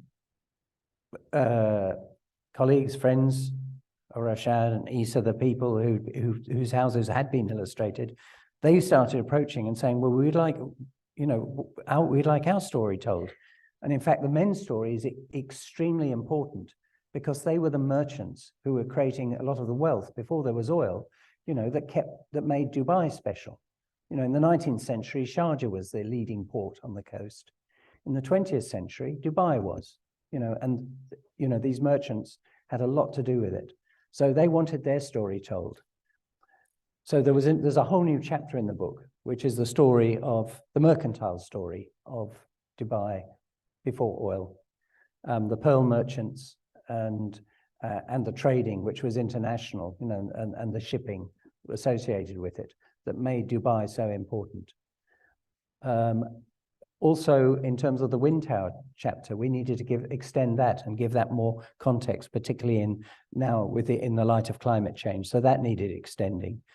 The story of the Bastakir, what had happened to the Bastakir, quite a lot had changed in the last 15 years as well, because it's no longer a lived-in community. It's a commercial center and a tourist hub. So one needed to pick up these changes, good and bad. And also the influence of the Bastakir on the architecture, particularly of Dubai, has been quite strong. And the work that Rashad's team had been doing, and producing guidebooks and manuals, how to pick up traditional patterns and decorations and so on. It was really important in terms of cultural identity. And these were now being applied to a lot of buildings and becoming part of planning requirements. And you see, quarters of Dubai and towers being built with emblems that are directly from Bastakir and Shandaga. So, that needed to be picked up, and which was very new. It was just beginning to happen when the first edition came out. So that, this man in particular has got a great deal that he's responsible for, not only the book, but for reinforcing local culture and identity and sustaining it against just Western modernism, which is most of Dubai. Unfortunately. Your Excellency, you worked a lot with this research, and you have an important part in developing the content and with the community and with your own research and practice and professional practice in Dubai municipality. I know that you worked with a lot of important and historical documents and archives. So since we're here in the National Library and Archives, what are your thoughts on the role of research and documentation of traditional architecture in preserving and promoting a sustainable future for Dubai? And I'm just curious to know what are some of the most interesting documents that you came across, or maybe even objects, as you mentioned, that you came across your research on UAE in general and Dubai in particular. Thank you, Fatima. As you mentioned, the document, whether it is a map, whether it is a letter, whether it is a coin, a stamp, all of these documents, a photo, it's of a very great value to our work in restoration, but I think most important to keep the history of the city, of the country itself. what you have here, I think millions of documents, different ones, whether it is letters, all of these things. I myself, as Peter mentioned, I was architect. I studied in United States, and I didn't study any traditional architecture or Islamic architecture. It was Le Corbusier, Mies van der Rohe, Frank Lloyd Wright, all of these modern architects. But then I had a couple of like elective courses. And when I had elective courses, then I was taking Islamic architecture to go into the patterns and all of these things. And when I came back and worked in municipality in 1987, for a couple of years, I was in the modern projects, Shandaqa Market, addition of these things and so. But I think this love was there for the historic buildings. I lived in my grandfather's house for 17 years. And always, I remember in the third year, one of the courses we took, the professor, he said, design your dream house. And I designed a courtyard house. I said, oh, this is a medieval houses. It's not something like Le Corbusier or modern and open villas. And well, this is my love for this. Anyhow, since I worked and we started the architectural department, historic department in the municipality in 1991, when you come to restore a building, you have to do a lot of research and history. So you have to go into the old photos. We did the whole model of Dubai through the old photos which we had. And then you come up, for example, we were doing 1993, we were doing the restoration of the oldest school, Al-Ahmadiyya. The Ahmadiyya was there, but in the photo we saw that there is a wind tower on the top of the school, and the wind tower is not existing. And we can see exactly the location of the wind tower. So we went on the roof, and yes, you can see that there was a wind tower there. And then you sit with the elderly, Abdul Ghaffar Hussein, people who studied there. They said, yes, there was a wind tower built in 1922, but then 1960s, because of the structure and these things, it was demolished. And so on. And for example, meeting with these people, it was, we met more than 200 of the elderly. Any house, when you want to restore it, you have to sit with the people who lived in that house, men, women, children, if not neighbors, and then take them to the house room by room and tell us the stories. So we collected the hundreds of stories of houses in Shandaqa, in Bardubai, and Deira, and what happened, how was the life. So not only the architectural, but even the social life. How was Ramadan? How was the marriage? How if someone, there is a funeral, all of these stories. And that's how we transform some of these houses like Fahedi Fort to a museum. And when you do a museum, especially Dubai Museum, then we went into the social life, economical life, the archaeology, all of these things. Some of the nice stories which I came up. So as I was mentioning, from architect, I think I became more historian now. And you have this love for history, meeting people, especially elder people, and history of the architecture and so on. But a couple or two nice stories. 2006, after working in the historic building, I was the director of the projects department. So I had the historic buildings in addition to these modern buildings of parks and universities and these things. And we were in Lisbon in Portugal. There was a conference on the marine engineering, which is not my professionality, but since I was the director of the department, I attended the meeting. So the first day I was there in the conference, but second day, on the first day on night, I called the Portuguese archive in Lisbon. And I asked them, do you have any Arabic documents? They said, yes. We have 93 documents of the Hermos period, 15th century and 16th century. I said, okay, I have a nice gift for the director of the archive. Always I have these small wind towers with me. I want to give him, I'll come tomorrow, and I want to see all of these documents. And that was like a treasure, which you can get it. That was 2006, 93 documents, original letters from the walis of Hermes, from India, from Arabia, from Zanzibar, mostly written to kings of King Emmanuel, King Emmanuel in 1524 and so, talking about, so this was kind of treasure. And later even Sheikh Sultan, he collected all of this and printed in a book. Another story also, working with this, we know that the British, they have a lot of documents. And I think that is also the benefit of documentation and all of this. The first, when the British came in 1806, they did a lot of surveys and so on. But the most important, in 1820, they wrote articles and they drew maps of the cities of the Gulf and even India and East Africa, Kuwait, Bahrain, Qatar, Abu Dhabi, Dubai. So the oldest map of Dubai, Abu Dhabi, Sharjah, which we can get, was in the British archives. So you can see, and then description of these cities. So you have the city of Dubai. There is, we didn't know much that there was a wall around the city, but the survey said that there was a wall, and the wall was about like around 2 meters or 6 feet. And then there was the fort, and also that was the reference for us, a very good reference. And then Lorimer in 2008, he printed the guide to the Gulf with more than 13 volumes, again in more description, talking about Shandaga, Bar Dubai, the fort, and sometimes in very details, which was a very good reference for us. So these documents are very important. And I think nowadays, for myself, after retiring from the municipality, as Peter was mentioning, my grandfather, my father, they were merchants. So they had a lot of books and documents of the daily accounts, which we were doing, and the letters which was sent. Again, going back to this, unfortunately, when my grandfather's house was demolished, I was studying in the United States.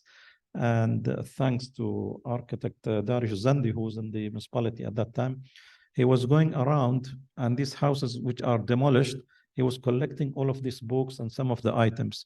So Darius told me, Rashad, all the documents and the books of your grandfather is with me.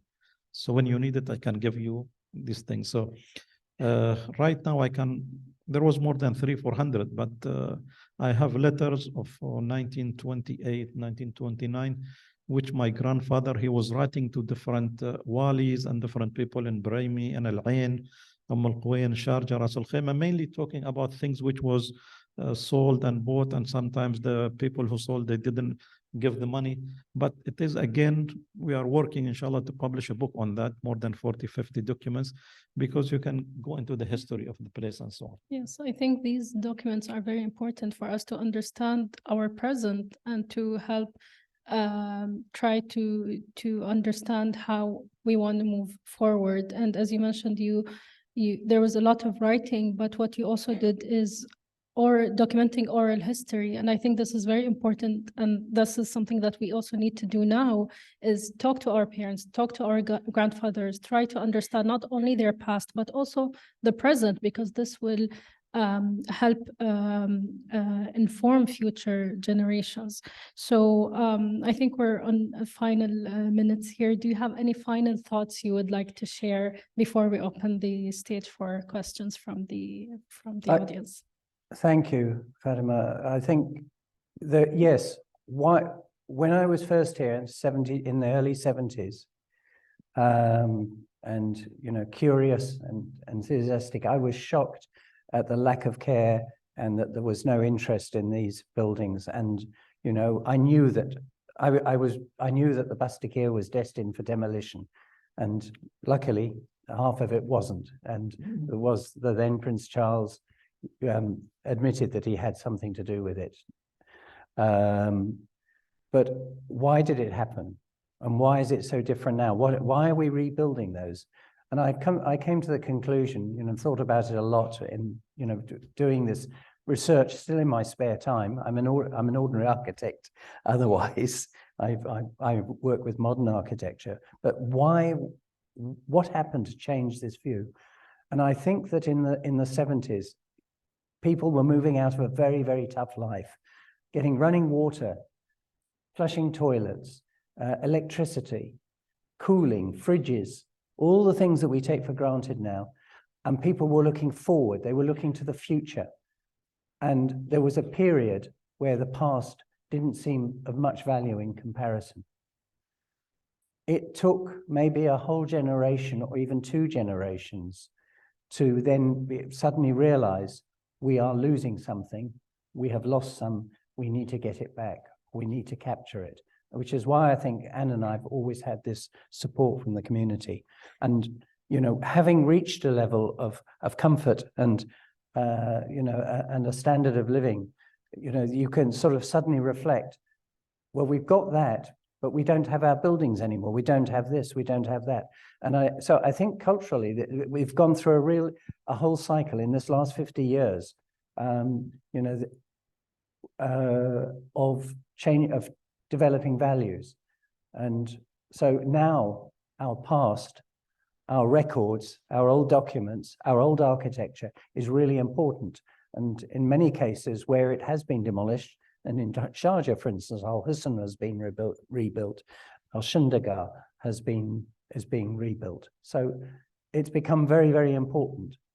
And that's not something you can say from the outside and be critical of. You've got to be on the inside and understand that whole process of change that has happened. And it's been very special in a way to have been a little part of it, and certainly a huge privilege. You were talking about the oral history. It has been very important, and of course, many of the voices that are now recorded in our book, they're no longer with us. But it doesn't mean that what they were telling us is any less important. And yes, we've lost old friends. That's life. We'll go on. So yes, and for the students, have that same curiosity, and don't worry that something is maybe not very old, but it's still worth recording. If it's a value, if you think it's got some value. And if you measure it by hand or you measure it digitally, and you use a microphone, you use your phone to record somebody's memories, do it and write it down and use it to build a project. This project started 49 years ago and it's still ongoing. And no doubt there'll be some other little changes. As Rashad says, maybe there's going to be a Chinese, maybe other foreign editions of this information, which give cultural insights to people who come from very different parts of the world. Thank you. Yes, thank you very much, Your Excellency. I have three advices. Three advices. Number one is for the officials in the planning departments, building departments of all the municipalities which we have in the country and in the Gulf also. Please study before you start demolishing, because many of the historic buildings, forts, houses, schools, it was demolished, and then, as Peter mentioned, after 10, 20 years, why we demolished all of these things? Please go back and rebuild them. And restoring is much easier, number one, and it's more authentic. Yani, Shandaga, Al-Fahidi, we wanted to register in the World Heritage Sites as in UNESCO, and the most important thing was that Shandaga is rebuilt. It is not the original. It is not authentic. So we want to keep this authenticity to our buildings. Now we can consider that most of the historical buildings in Al Ain, in Dubai, and Sharjah, other Emirates, most of them are restored, which are the buildings before, say, 1960. But now we are going into the 1960s and 70s. And thank you very much to the Department of Culture and Tourism in Abu Dhabi. They have the list of the modern heritage, because the city should be the memory of the city. It's not 1960 and then towers, and no, it's something that when you go into this city, these are pre-1960, and then we got the cement and the concrete and electricity. So these are 1960s and 70s, and very nice small buildings like Fruit Market in Abu Dhabi, the Masjid of Sheikh Sultan, the Clock Tower in Dubai, the Trade Center being the first skyscraper. So always these things to be kept. So I think the thing which was done in Abu Dhabi was very important, but we need also other Emirates, I think, to go to do the same thing, because we have all around the country buildings of the 1960s, 70s. Demolishing is going on because they consider this is not old. Whatever before 1960, keep it, and after that you can demolish. But this is part of the history and the memory of the city. That was the first advice. The second advice to the documentation and the archives. You are doing this, but we need more and more and more. Interviewing the elderly people. When I was in the municipality, I remember we made a catalog. People 90 years over, 80 to 90, 70 to 80, and 60 to 70. These are the people who usually are our references, and not all of them. some of them, they don't have a good memory, but there are people with they are 90 years old, but their memory is like a memory of a young boy. Ladies and men, they can give you details, and on that day, in this month, on so and so person, they sat in that place, the carpet with this color, and they give you details of the details. And sometimes I remember, you ask them one question, you want to ask them about the house, but they answered the question in 2 hours or 3 hours. They'll talk about the sea life, they talk about pottery, but then you just record it, whether it is by video, whether it is writing. And I say, the first list we did, I think it was like around 2010. And just a few months ago, I was going over that list. Unfortunately, the 90 over all passed away. 80 to 90, I think 80% of them passed away. So I say that any one of these people, they are a treasure, and they have thousands and thousands of stories and memories. And if he passes away, it's gone. And unfortunately, for example, my father, he had a lot of stories. Nowadays, I say, why I didn't sat with him and just at least have one video of him? I have a lot of photos, but no sound. My uncle, he had a very, very good memory. The same thing. He knew all the tribes, all the people, or the families. So it is very important. I know that the archives, they are doing in most of the Emirates, but I think we need to do more and more and more of these things. And the last advice is for our young generation. We did the restoration, we did museums, historic buildings. I think it's very important for you to go and visit. Maybe one question, how many historic buildings and archaeological sites we have in the Emirates, students? Any idea? 100, 200? More. We have up to 4,200 historical buildings and sites in the Emirates, and many of them have been restored, and many of them are museums. We have more than 202 museums, private and governmental. So these are all, I think, for the new generation, because that day my son was asking, Baba, how was the life without a mobile? They cannot, imagine how the life was. But there was no electricity, there was no fresh water, there was no air conditioning, there was no cars. We lived these things, and at the beginning, 1960s. But again, it's important to read our history, to learn from our history, because as Allah yarhamu Sheikh Zaid, he mentions, the one who has no past, there is no present, and there is no future. So it's very important to learn and study our past and keep it in our mind to build our present and look for our future. Thank you so much.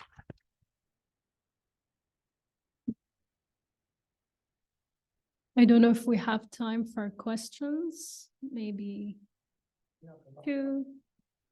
one or two questions. Yes, please. I so enjoyed this talk. Thank you so much. One is a very practical, boring question, but I'm going to ask it. But before that, I have a comment. When you spoke about the buildings being demolished, there's one particular one which I still mourn. And I was a student at that time. It was the Donata building, which had a fabulous facade and which was replaced by glass. And I had made a plan to go and pick up a piece of the facade because it was that beautiful. And it's sad that it's gone. My question is, His Excellency, you spoke about documenting stories. And this is something we're actually working on a project. And we have this very practical problem of access. We know all this information is there, but how do we access it as, individual, small, startups? I think archives will be the best place to have the information, but as you mentioned, yes, municipalities, planning departments, different ministries, they do have a lot of information. I know that it's becoming more difficult. In the elder days, it was much easier. Students were contacting me, and I could give them information. Nowadays, even myself, if I want some information, they write a letter. It should be approved by the director. So it takes time, which I think information should be much easier to be collected. Nowadays, you can get a lot of information from internet, from research centers and these things. But this is the only way. I think you have to contact the concerned people and the concerned department, write letters or maybe by email or something, and then you can get. And if you cannot get, call me. I have a lot of them. I'll take you up on that. Any other question? We need a question from the students there. We have one question here. Yes.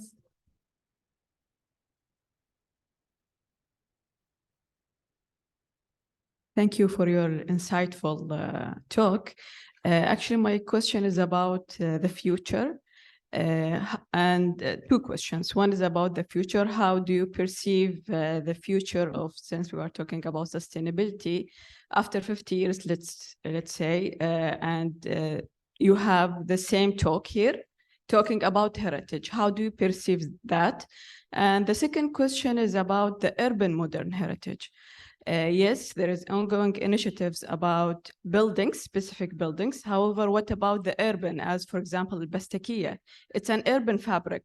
So what's about the urban modern heritage fabric or the urban form of those? For example, the very known example is Shabiyat, the very beginning or the very first national housing program.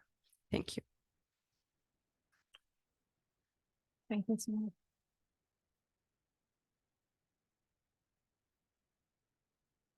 I think in terms of the early modern architecture, the UAE, there is sometimes there are serious structural problems that make it very difficult to conserve it. And I can think of two examples in Sharjah, which I'm very sad that had to go. One was the first hospital, the Casimir Hospital, the original Casimir Hospital near the beach. And the problem with the other one that the other example is next to Al Maraja. There were some low rise, very, very nice. There were 6 blocks, and they've recently been demolished. I was really hoping that they would be conserved because they had a very nice urban scale to them, and they read very coherently against the heritage area. They faced onto the heritage area. I think there was a desire to keep them. The problem, a lot of buildings at that time, they didn't wash the sand. They just took the desert sand close, which is full of salt. And that salt corrodes the steel. And you get and I'm sure Rashad has seen probably some very serious examples of it in Dubai as well. And so some of these buildings where there wasn't that sort of quality control on site, despite their importance, either in the history of the town or just their contribution to the urban landscape, townscape, it's not practical to keep them. You basically you would have to demolish and rebuild them, which then you've lost authenticity. But I think certainly there's a growing concern to keep these buildings. And my favorite example of a 70s building in Sharjah, of course, is the Flying Saucer, which was a landmark from the day it was built, and is now been beautifully restored by Mona Al-Musfi for Sheikh Ahur's Art Foundation. And other one I was involved in personally was restoring which is now the Sharjah Museum's headquarters, which was the old French petroleum headquarters. So, there are buildings, they are structurally sound and you can restore them.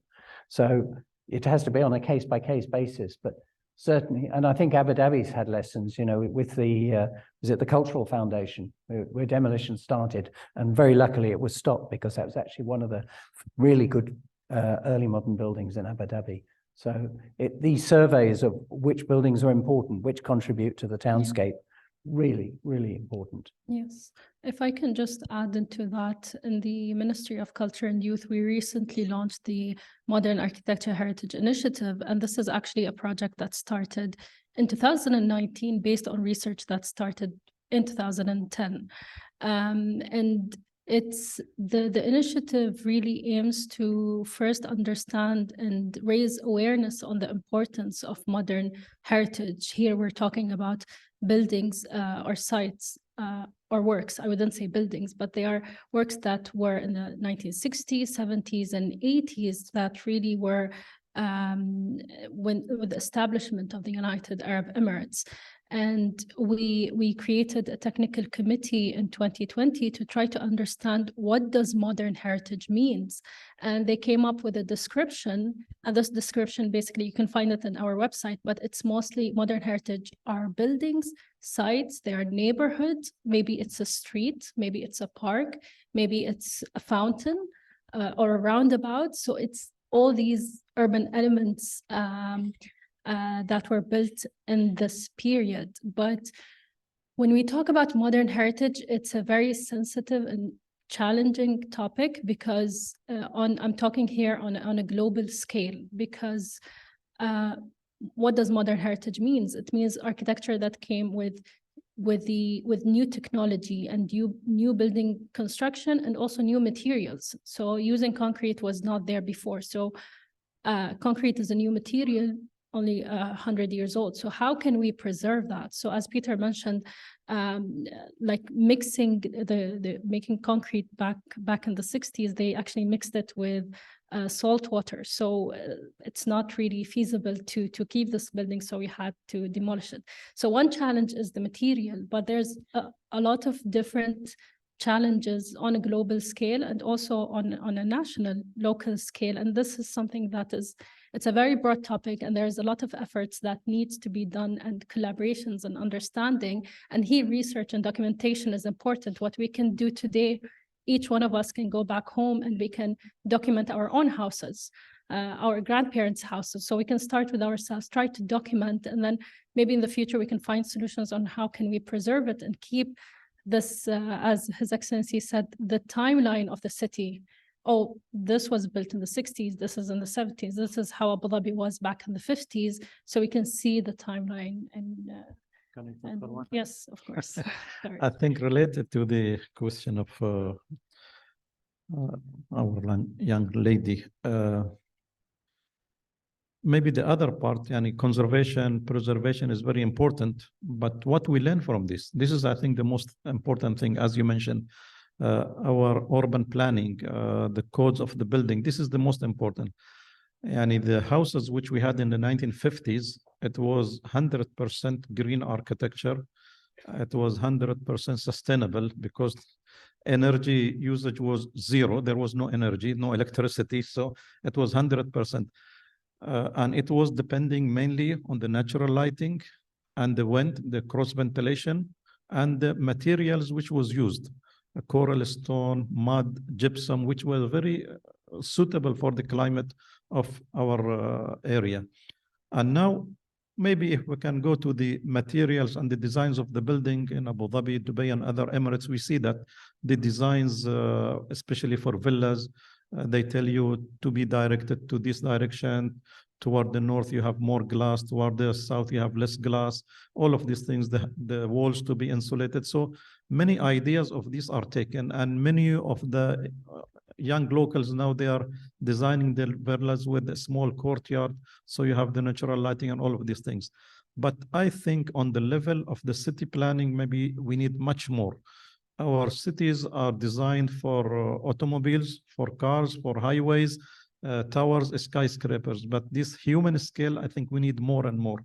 The shaded areas, if we are walking in the streets, sometimes, especially in our summer, with the 45 degrees, you are going to the mosque or to the shop, you need the shade. And if you walk in the shade, it is, instead of being 45, you feel that it is 35. It is good. But so if we can add more of these shading areas and the paths of the streets and this thing, this is very important. The planning of the city itself, the housing areas, I think a lot of, always we say we should not imitate the 1950s and the 1900 architecture that was for that age. Now we have modern materials, modern technologies, 3D designs and 3D works and these things.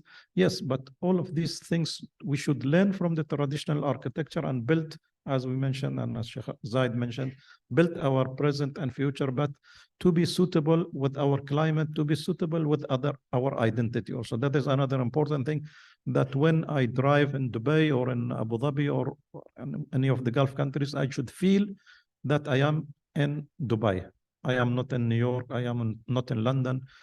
Even the towers, even the skyscrapers, the buildings, the governmental buildings, this identity should be there, as we have the identity in our dress and our language. When we talk, the same identity should be in the architecture and the planning.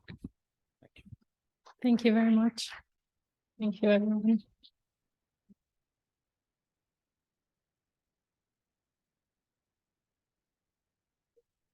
Thank you to our esteemed speakers for this wonderful and inciting conversation. We would like to ask you to please stay on stage for an award ceremony. And I would like to invite His Excellency Abdullah Majid Al-Ali to join us on stage to award the speakers.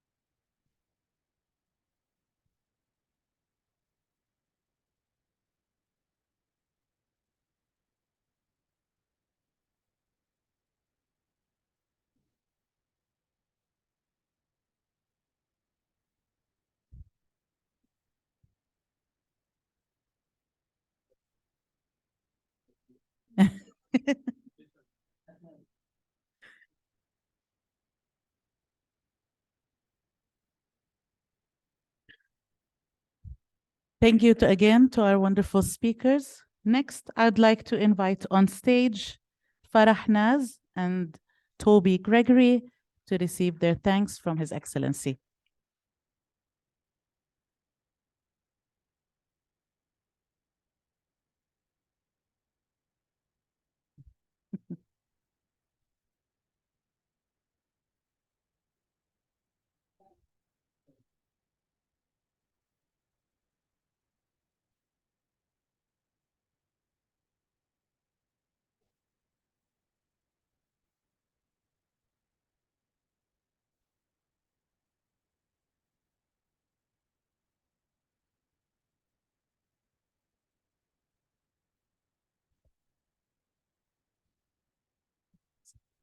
الله يعطيك العافية. أهلا وسهلا.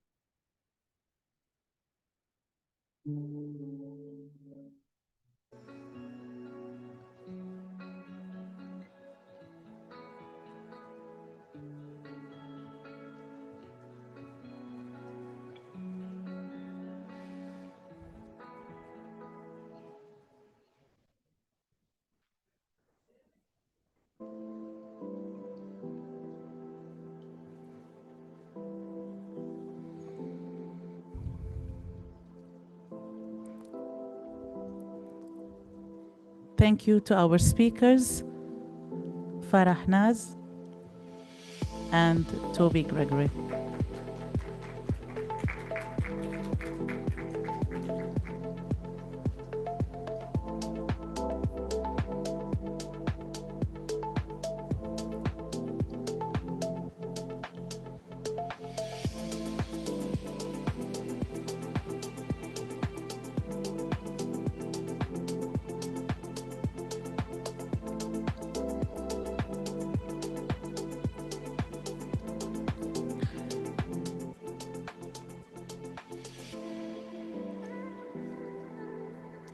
And last but not least, I'd like to invite Harith Al-Bustani, Olivia Duncan, Maysa Jarjous, and Lina Ahmed on stage to receive their thanks. Thank you. Awesome.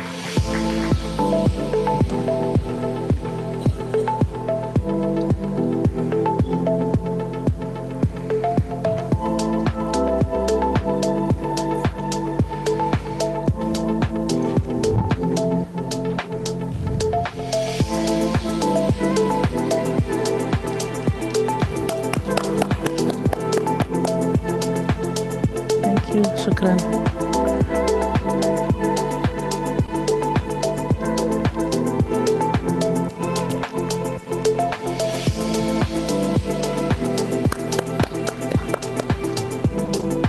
Thank you.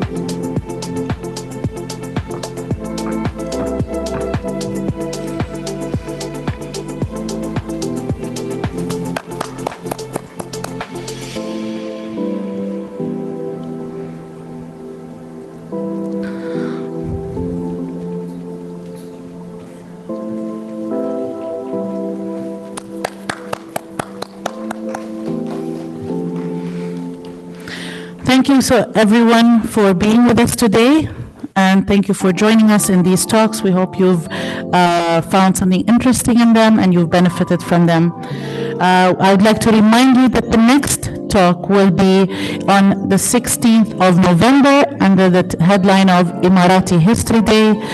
If you are going to join us for the tour, please contact one of our staff members who are here so you can get a tour of the National Library and Archives. Thank you everyone and have a wonderful day. Please return the headsets back to the IT team at the door if you've used it. We would appreciate it. Thank you very much.